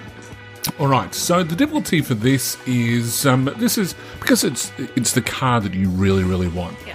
It's pretty rare. So that's probably going to be a little bit harder to find in the city. So I'm thinking that 3 purple die, and you've really fallen in love with it. So perhaps you're a little bit more obsessed than normal. So I think you can have a setback die as well. Maybe even a boost dice because you're so fanatical about the car. I know where it is at all times because I'm waiting for that right moment. There you go. You can certainly have a boost die for that. So again, when we start looking at interpreting what the difficulty for these sorts of things, I think, Caitlin, you mentioned earlier in the episode where we were talking about that you can have a boost and a setback die for the same thing. That's certainly what's happening in this scenario. So let's see what you roll. So the result of that, not surprisingly, because I was the one who was rolling it, was 2 failures and 1 advantage. Right, so what does that look like? Doesn't look pretty. Teddy is not in a good situation. I am thinking he crashed the car. It's completely unrepairable. I cannot do anything with it. I have to leave it and get out. And because I would assume that there's a chase happening. Or maybe I was drinking and driving. Because I'm too cocky. I don't know. Well, in another world when we're going way too much into the narrative, I'll go into that. But I do have an advantage. And the advantage is that I get away safely and I not get caught. But what I do is I'm going to flip a story point, and in the seat next to me, before I get out of the car, I'm going to grab a satchel, which looks to be a little girl's satchel, and I'm going to grab that, and inside of it's going to be a bus timetable, and the bus timetable is going to have all the times for a bus that happens to go right past the bank that we are looking at. And I'm going to recommend that we time our heist perfectly to jump on one of the public transports after we heist. I was just going to say you're a monster for stealing the little girl's satchel, but that's gold. I love it. That's great. So that's what he thought was inside of it, and he was very disappointed when all he found was a bus timetable and not a nugget of gold. So that's great. Let me paint this picture. We're in our little hideout. Yeah. We've got the garage door open, waiting for Teddy to come rolling in with his car that's been his magnum opus for years. Dream. And he runs in with a pink girl's backpack. On a scooter. And triumphantly hands over a bus timetable. Right. Marv is not quite entertained by this, but Fortunately, Marv is a forgiving individual, and he realises maybe the bus isn't actually the greatest idea Teddy's ever had. It's the last thing anyone at the bank would expect. Exactly. Jason just gives a look. Well, Marv, he needs to go out and about and talk to some of his contacts on the street to actually find the equipment required to cut through the safe. Yes. Because we've got our hacker to get us past all security, but chances are the safe's going to be locked tight as a drum. So we need some sort of hardcore plasma cutter or some sort of variety. So he's going to use his streetwise to go out and about at some seedy time of night and talk to some individuals and track down the tools required for the job. Right. Okay. So he's heading into an area of town which he normally frequents, and he's probably got some fairly good contacts out there, so he can have a boost die from dealing with the shadier clientele that you normally work for. But to find this sort of gear, it's fairly simple. So you can have, it's going to be a 1 purple die check. One purple, eh? Yep. Yep. They're just industrial tools I'm looking for after all. That's right. The word on the street is that a bank heist is going to be going down. I think that maybe one of the security guards that was monitoring the computer system sort of was speaking a little bit out of turn. There's a big mouth. He's got a big mouth, so you're going to have the setback die that came from Martin's check. Ooh, okay. And that's a good example of the GM is holding onto a setback. Exactly. And then implementing it into the story where it's more fitting. Yeah. That's right. Don't feel like you need to spend them straight away. No. It's a bit of a pro tip right there. All right, so I'm going to roll my check. So I rolled my check. In typical GM Huz fashion, I've failed to roll any successes. However, I have scored 5 advantages. 5 advantages. Wow. Right, so far the group has failed 2 checks, but I'm dying to know what you're going to do with those advantages. Tell me. Tell you what, I don't acquire the tools. However, as I'm trying to hunt the tools down, none of my contacts want to sell me anything because they realise that there's a bank heist going down because of this loose-lipped security guard who's caught wind of it. However, one of my contacts has actually brought in that loose-lipped security guard. Oh. And that loose-lipped security guard is actually willing to help us out for a cut of our reward for Interesting. capturing the MacGuffin. So I'm going to spend all 5 of my advantages to basically get an insider from the bank to help us out with the heist. That is really good. And in actual fact, his name is Charles, he's obviously getting a little bit of money from under the counter from some of the low lifes of town. And yeah, he's been brought into this meeting so that you can have a quiet chat with perhaps. And Jason here, because Jason is our computer expert, I just have him do a bit of a background check on this guy because he's good at this sort of thing. He runs a background check, and sure enough, Charles here has a bit of a sordid past with these sort of things. He's known around the place for being a bit of an inside man. Yeah. Now, this is a perfect example of not making a skill check because it's assumed that Jason, our hacker, has the skill proficiency enough to run a simple background check on a CD individual. Yeah. And it doesn't need to slow down gameplay time whatsoever, but it's certainly added to the narrative. That's right. He's got gambling debts, I think, Charles. Needs to make some coin. Exactly. All right. So that would mean mechanically, you would say that with 5 advantages, you can say that upgrades the next check of which is going to be the most appropriate in the circumstances. So just like threat can be held onto or despair can be held onto to be used at a later stage, the players can hold on to advantages on occasion to do certain things. As long as your storyteller agrees. Yeah, exactly. Well, can I throw us another idea out there? Sure. I rolled 5 of them, which is a fair few advantages. Could I flip our last remaining story point and have that last failure from our skill challenge negated? Ooh. So we haven't got a success, but nor did we get a failure. I'll allow that to keep the narrative going. It's not something probably that is what's designed in the challenge, but it's part of the story. Let's move on with it. So yeah, so perhaps it takes it to 4 failures. So it doesn't negate the 4 failures. So it delays it so that you have to have so there's 4 failures before it completely fails. So do we still have Charles? We still have Charles. Okay. Well, that's what's given us the extra wiggle room, essentially. Jason then has an idea. He's going to talk to Charles and he's going to work with him because Charles knows the security protocols for this bank. And Jason's a pretty good security guy. And now that he's got the plans, he wants to work out where all of the guards are going to be and at what time so that we can just walk in.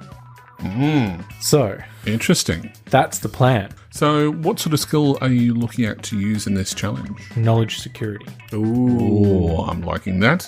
Okay. Yeah. So, look, you've got Charles, so you can upgrade your check. So that'll give you 2 yellows and a green. And the difficulty for this is just going to be 2 purples, I'm thinking. So an easy check. But, I mean, there are other security around as well. So you can have a setback die as well. You can change one of those difficulty dice to a challenge die because I'm going to flip back one of those story points so that...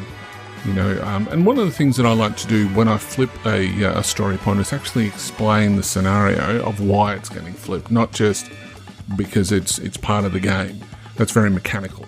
So he's got a boss, and his boss actually has been keeping an eye on Charles. No. He knows sort of that he's a bit dirty, but he's not quite sure. So just upgrade that. You never make So- anything stick. No, that's right. So he's constantly got him on the lookout. All right. Sound good? I can work with this. Cool. Let's see what you roll. That turns out pretty well. I mean, this Charles guy knows his stuff, and Jason's the kind of mastermind to put it together. So, all in all, I have 3 successes, but 1 threat. Right. So, how would you like to interpret the threat? Because I've got a bit of an idea, if you'd like. I think that's a good idea. All right. So, just looking at the dice, and one of those threat has come from the challenge die. And as I explained before, that Charles has been he's being monitored. So perhaps that he's got some performance issues or whatever else. So he's actually taken out of the scenario because he's not available for the next check.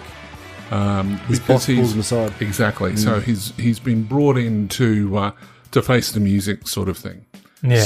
So yeah, he's not available for the next check. Okay.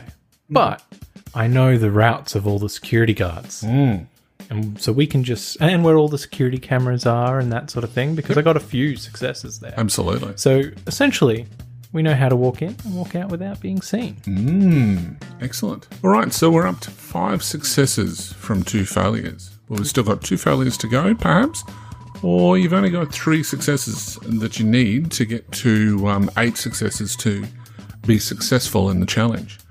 Caitlin. So I'm going to move the plot along a little bit and say that we've done our preparations. We know exactly what we've timed it perfectly. We know when we need to go. And We've got now off the bus. We've got the bus timetable. I have my character. He is wearing the little girl's backpack because it's perfect enough to fit some of his guns and his knuckle dusters in there. And what's more intimidating than a really beefy guy with a little girl's backpack on? I mean, if man's walking in with that, you know not to mess with him. So he is going to storm into the bank. Yep. And he is going to command the situation by doing an intimidation check, by him coming in and being very imposing and telling everyone to get on the ground first. Wow. Okay, so we're going for the direct approach. I think maybe this is the front entrance and we'll... Oh, okay. So Yeah. the front entrance. So you're going straight through the front door, but perhaps your companions are going out the back door. I just hope that was the plan. Well, let's see if it goes to plan. Yeah, there you go. Teddy's the fall guy. He doesn't know that yet. All right. So for this check, the bank is coming towards the end of close, I would imagine. Yeah. There's mainly just families and the average citizens. So it's just going to be 2 purple dice. As an average check for the intimidation. And you've got a weapon as well. So Sticking out of a little girl's backpack. that's just got to be weird. Sure. But you have a boost die for that. But the difficulty is going to be upgraded as I flip the other story point because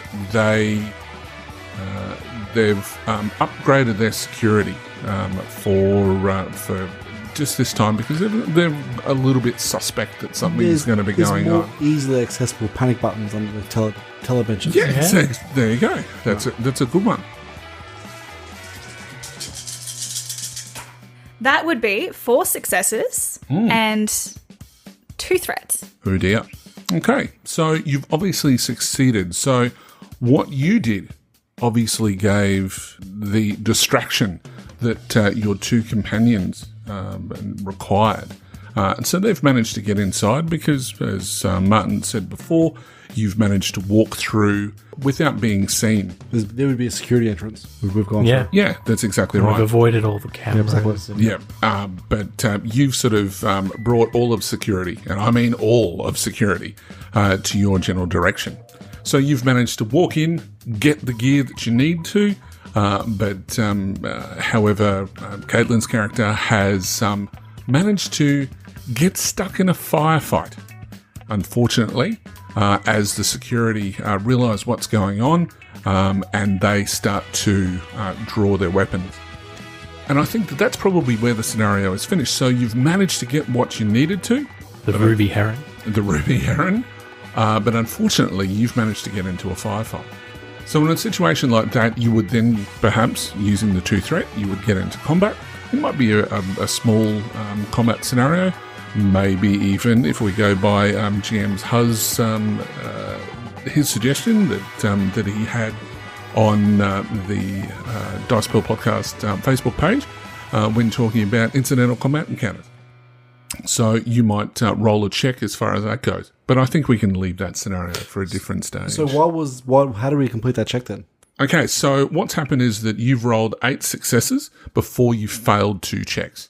So Caitlin's last success was she rolled 4 successes, which means then you've gone to 9 successes, and therefore you've gone over the 8. So you've succeeded in the skill challenge. And the skill challenge, obviously, the success of that was to obtain the item. Had you failed, you may have been captured. You may have failed to obtain the item. But in this scenario, you've managed to get away with the item, but one of them has been stuck in combat. And it came very close to failure at one point. Absolutely. So, yeah. So, and then you can just sort of drive the narrative from there. So, good scenario. I think that was pretty cool. I think we gave a good demonstration, short and sweet, of how to use threats and failures and the magnitude of failures and etc. to really paint a scene. Exactly. Like a whole session's worth of gameplay was covered in one few dice rolls. That's right. So yeah, so that's probably some easy examples that we've demonstrated, and perhaps you've got some examples that you've used in your games that you'd like to suggest to other people. So let us know. Talk about it on the Facebook group, and discuss those scenarios with the gaming community as a whole. Yeah, we'll look forward to hearing from you. Indeed. All right, guys. Well, that was a pretty in-depth discussion about the narrative dice and how best you can use them in your game. We hope that you as listeners do find that very, very helpful. It really is the tip of the iceberg, though. We can only cover so much in the time we've got. That's right. We hope that it has at least given you a little bit of help, push you in the right direction of how to use those dice in the best possible way. All right, so should we get into some questions? Sounds like it's time to go behind the screens. Behind the Screens. So welcome to Behind the Screens, where we, the hosts of the show, will answer your games and rules questions regarding the GeneSys Role Playing Game. And tonight, we have some great questions. We had some amazing questions last time, and keep those questions coming. So who's our first question from? Mike? Our first question comes from Yorkus Rex, and he asks, how can you encourage players to get more descriptive with their actions and interpretation of results when they have decades of I attack and rolled 17 and I rolled 8 for damage ingrained into them? Well, where do we start there? Listen to the start of this podcast again. Rewind. Play. But I guess the easiest way to do it is you as a GM, do it yourself.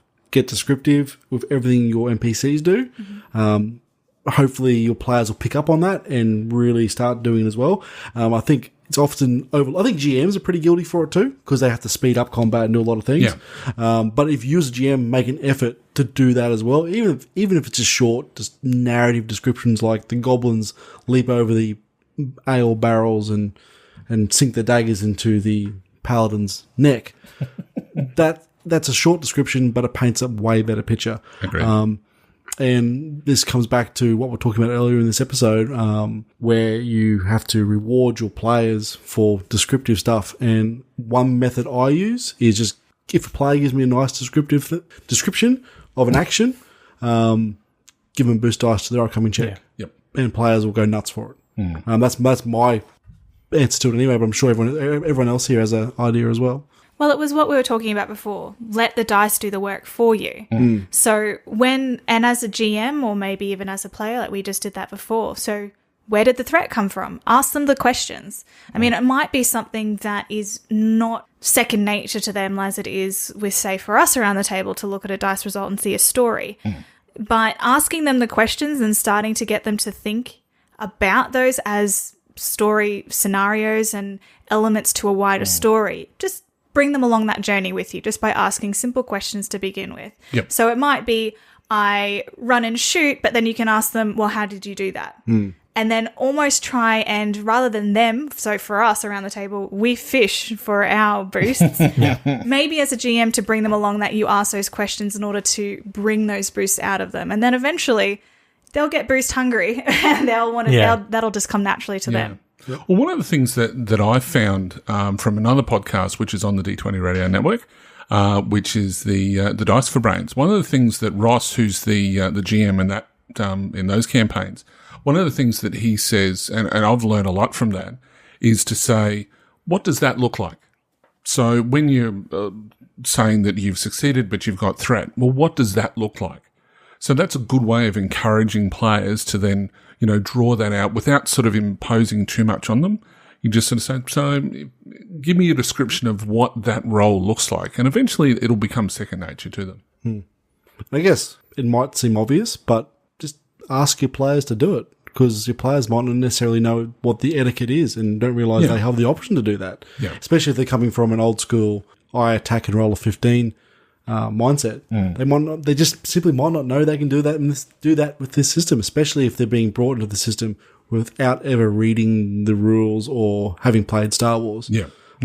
Just paint them a picture and explain to them this is how it works. Yeah. And I agree with all of that. By encouraging them to give you the description and all of that, they will get into the hang of it. But I think the most important thing for me personally is giving them the room to do that. Don't let them feel pressured and put them on the spot. Yep. Give them that breathing room. It may take a little bit longer at first, especially when they're new to the system, but given a bit of time, like this whole process just happens in a matter of moments. Yeah. Yeah. And they'll get there. Yeah. So encourage them, but don't pressure them, I think is the rule of thumb. So that the players can enjoy themselves and they don't see it as though it's a chore. Yeah, because there's nothing worse than going, oh, my dice roll's coming up. What am I going to choose this way? And the aim of the game is to have fun. And if you start getting analysis paralysis, make sure that your players are aware, as we spoke about earlier in the episode, make sure that they're aware that they can draw on the narrative from other players as well. Yeah. Or they can spend a story point for a bit of help. Yeah, agreed. All right. So that's hopefully that answers your question. Martin, what's our next question?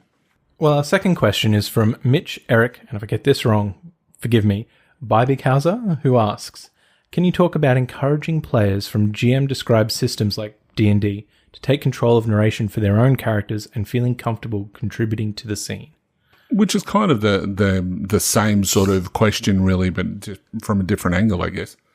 I think that as we've said, the best way to encourage players as a GM is, use incentives, whether that be boost die, whether that be, a story point gets delivered to you. And we spoke about this in the last episode when we talk about, in between sessions. For characters or for players to really get into their characters and give a bit more of a background, whether it be, a story of what's happened during the downtime. The downtime, or a description of something that's happened in their past that's sort of related to a check that happened during the game, or even sort of their version of the story. Provide them with a reroll or an additional story point for that particular next campaign, next session. And as long as you're providing that incentive, that the carrot on a stick sort of thing to the players, I think that you're going to get much better results from the game. I think personally for me that this question distinguishes itself from the previous in that it doesn't necessarily rely on the dice. Yep. And as we were talking earlier, sometimes you want to have situations where you don't use the dice, where they don't come into it. And so for this, I think that a way to encourage them to take control of the narration and things like that is where you don't always the dice are a huge help, but just let them have their moment sometimes and just have it succeed. Reward them with the narrative, and they'll get into it and have that movie moment. I think as well, to become comfortable in things like this, it takes time. So having that conversation during your session 0, it allows you to kind of go, this is what I'm kind of hoping for. This is what we're looking for narrative-wise. And then even if in the first few sessions they might still not be picking that up just yet, don't fret. Do that encouragement. Allow them to keep playing and letting them tell that story, because as everyone loves to imagine their characters doing amazing things. So really promote it in that way, but just understand that these things do take time, particularly if you are if you're a person who has played those types of games for probably a long time. It's very hard to just automatically snap back into something else. So give them the time, reward them, support them in that story, and help them along that way. So It's not always, well, you didn't describe that very well. Yeah. And one of the things that I think is important to realise as well is that, and this is going to sound really strange coming from someone who's running in a podcast that is supporting this system isn't for everyone. There is going to be people that are only interested in that crunch, and that's true. That may not be, this may not be the game for them. Just like, I don't necessarily like World of Darkness stuff. I know. But I just don't like the system. But that doesn't mean that other people won't like it. Everybody has their own individual likes and tastes. So this game isn't for everyone. However, I think that if you can get people around the table to try the system, if you can get a good GM who's familiar with the system, I think you'll sell it a lot better than if you've never ever tried the system before. And there are enough live play podcasts and visual podcasts that you can see on YouTube and whatever else that show you how to run the system. So if you can go in and take a look at that and familiarise yourself with the system first, I think you're going to have a lot more success. But as I said, this system isn't for everyone. Yeah. It is a strange system, as a lot of it's based off of habit. Yeah. Like if you play in a certain circle where the GM and every other player plays the game in a very adversarial way where no one really adds to the story, then that's that group's preference. And that's just the way of how this game is. It's just the way it is. I've played in groups where I've rocked up expecting a strong narrative, and it's just number crunch. Yeah. It's the rolling of the dice play rather than role play. Exactly. One of the things that I can't speak for everybody else, but from my own experience, is that having played the narrative dice system for GeneSys, in my case Star Wars, for such a long time now, that it is hard to then go back to a system which is all very binary in the results. It is the world's hardest thing. Because to go and say, right, I succeed, but how much do I succeed by? Is there any bad stuff that happens? It's easy to fall into the trap of having that additional tool there, where you've got to use a little bit more of your own imagination, I think, when you've got nothing to go by. But at least, I don't know, there's some pros and cons there. Well, hopefully that answered that question for you, Mitch. Well, we did get a bit of a tangent at the end, but It's all relevant. Yeah, exactly. And yes, well done on the pronunciation of that surname. I think that's hopefully you got it right. Let us know. Let us know. He's probably just trolling us. It's not his last name at all. Tess. All right, and finally to our last question, Caitlin.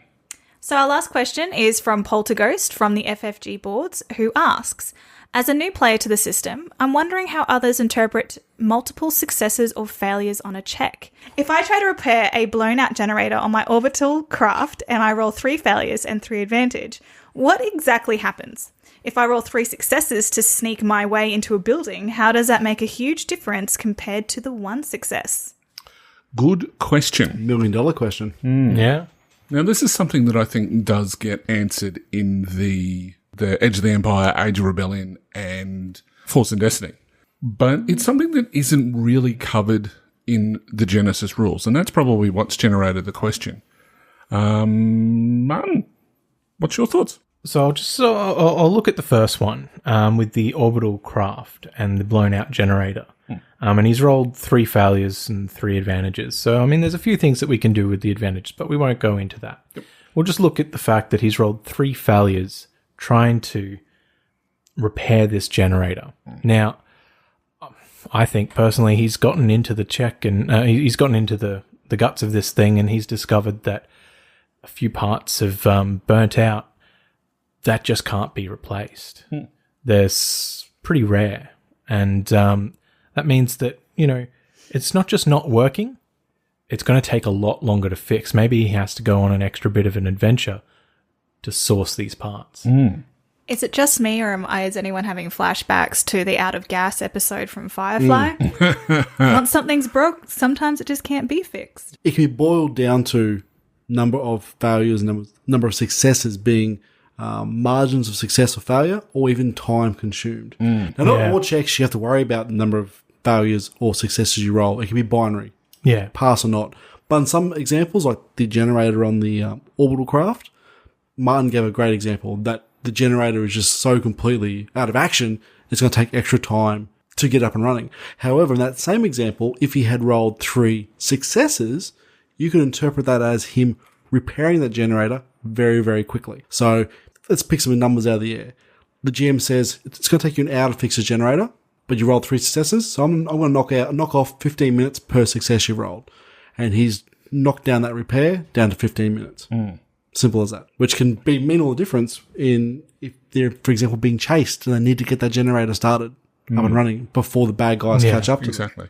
And I mean, as the GM, if you don't want it to get bogged down, if you don't want the characters to be stuck on the planet, you just wanted to add an element of rushing. That it's a pretty simple repair, but you're going to need to just give me a check, and you've got those number of failures. Well, it doesn't necessarily mean that the engine hasn't been repaired. It just means that it's taken a long time to do, and as a result, before you're able to get that last part into play, that the bad guys show up, that sort of thing. So there's multitudes of different ways that we can interpret where the dice have or where the symbols have come from. I think, as a general rule of thumb, when you need to know how well you do something, then you can count your successes and failures. Yeah. Or how quickly or how much time it consumes. That's when you count your successes and failures. It's a fine line, though. You have to be very careful. You don't take your successes and failure results into threat and advantage territory. That is true. It is very much, you have to look at the situation and go, is it even worth calculating successes or failures? Your added spice is going to purely come from your threats and advantages. Yeah, that's true. So no, you're right. You've got that fine line. I know as a GM, I tend to a failure is just a failure. I don't tend to look at the degree of failure half the time. Normally, if I'm going to do something like that, I'll just look at the advantage and the threat. That may be me just being very, very lazy. I'll look at it when there's a lot of fail. Sure.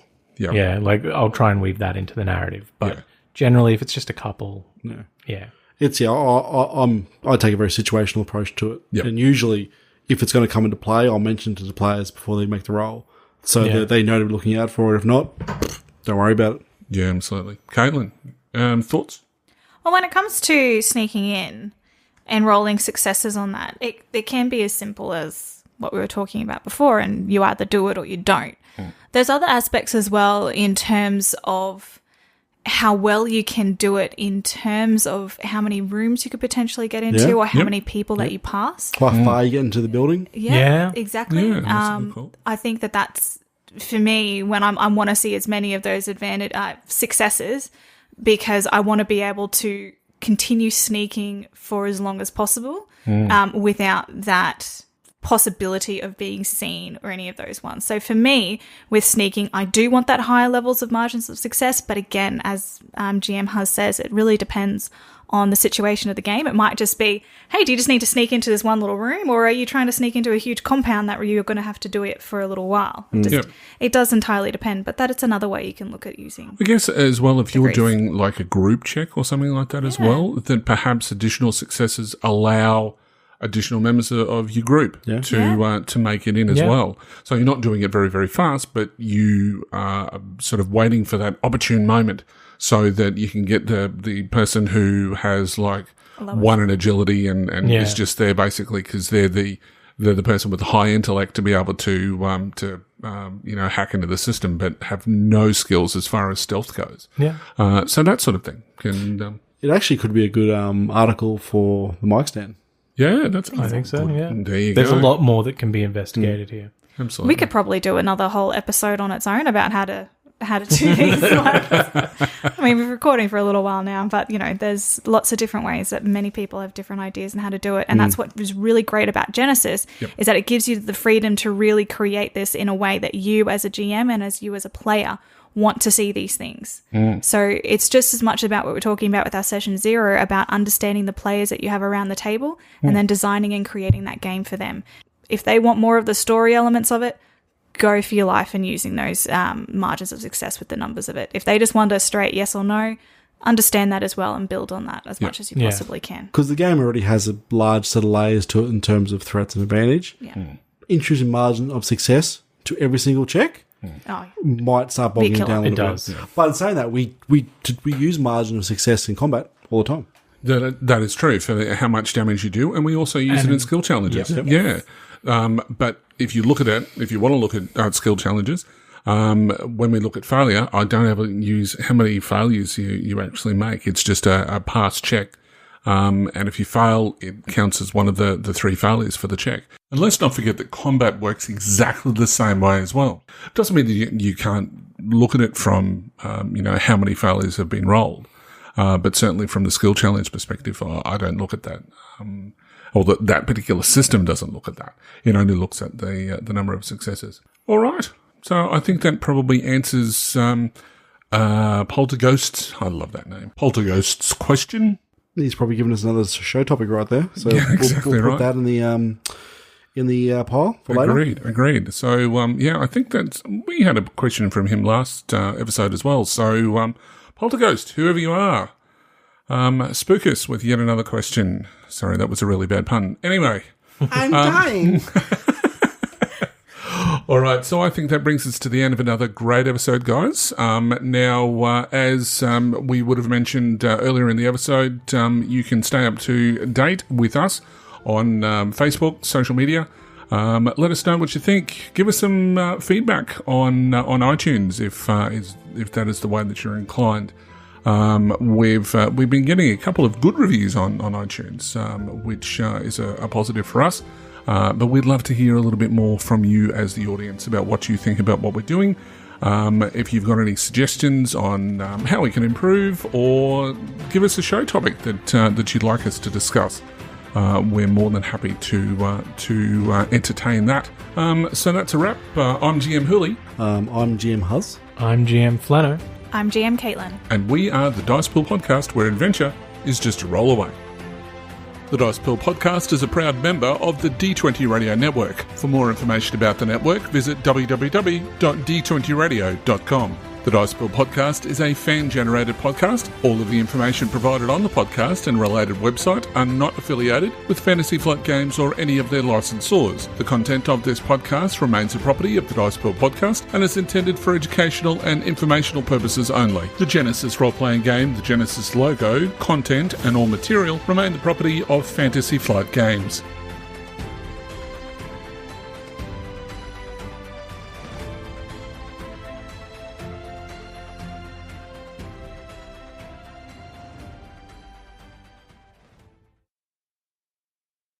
Scene 24 and action. If I tried to repair a blown out generator on my orbital... Of course it had to be that word. If I tried to repair a blown out generator on my orbital... Let me just open my Audible app. Orbital. Audible. Stop it. Shut up. I keep wanting to say orbitable. Okay. I can say Lilu's full name. I can't say What the hell? If I try to repair a blown out generator on my orbital... You stop it. I didn't do anything. You're looking at me. I can feel your eyes. Orbital. Wow. Okay. Can we please leave that all in?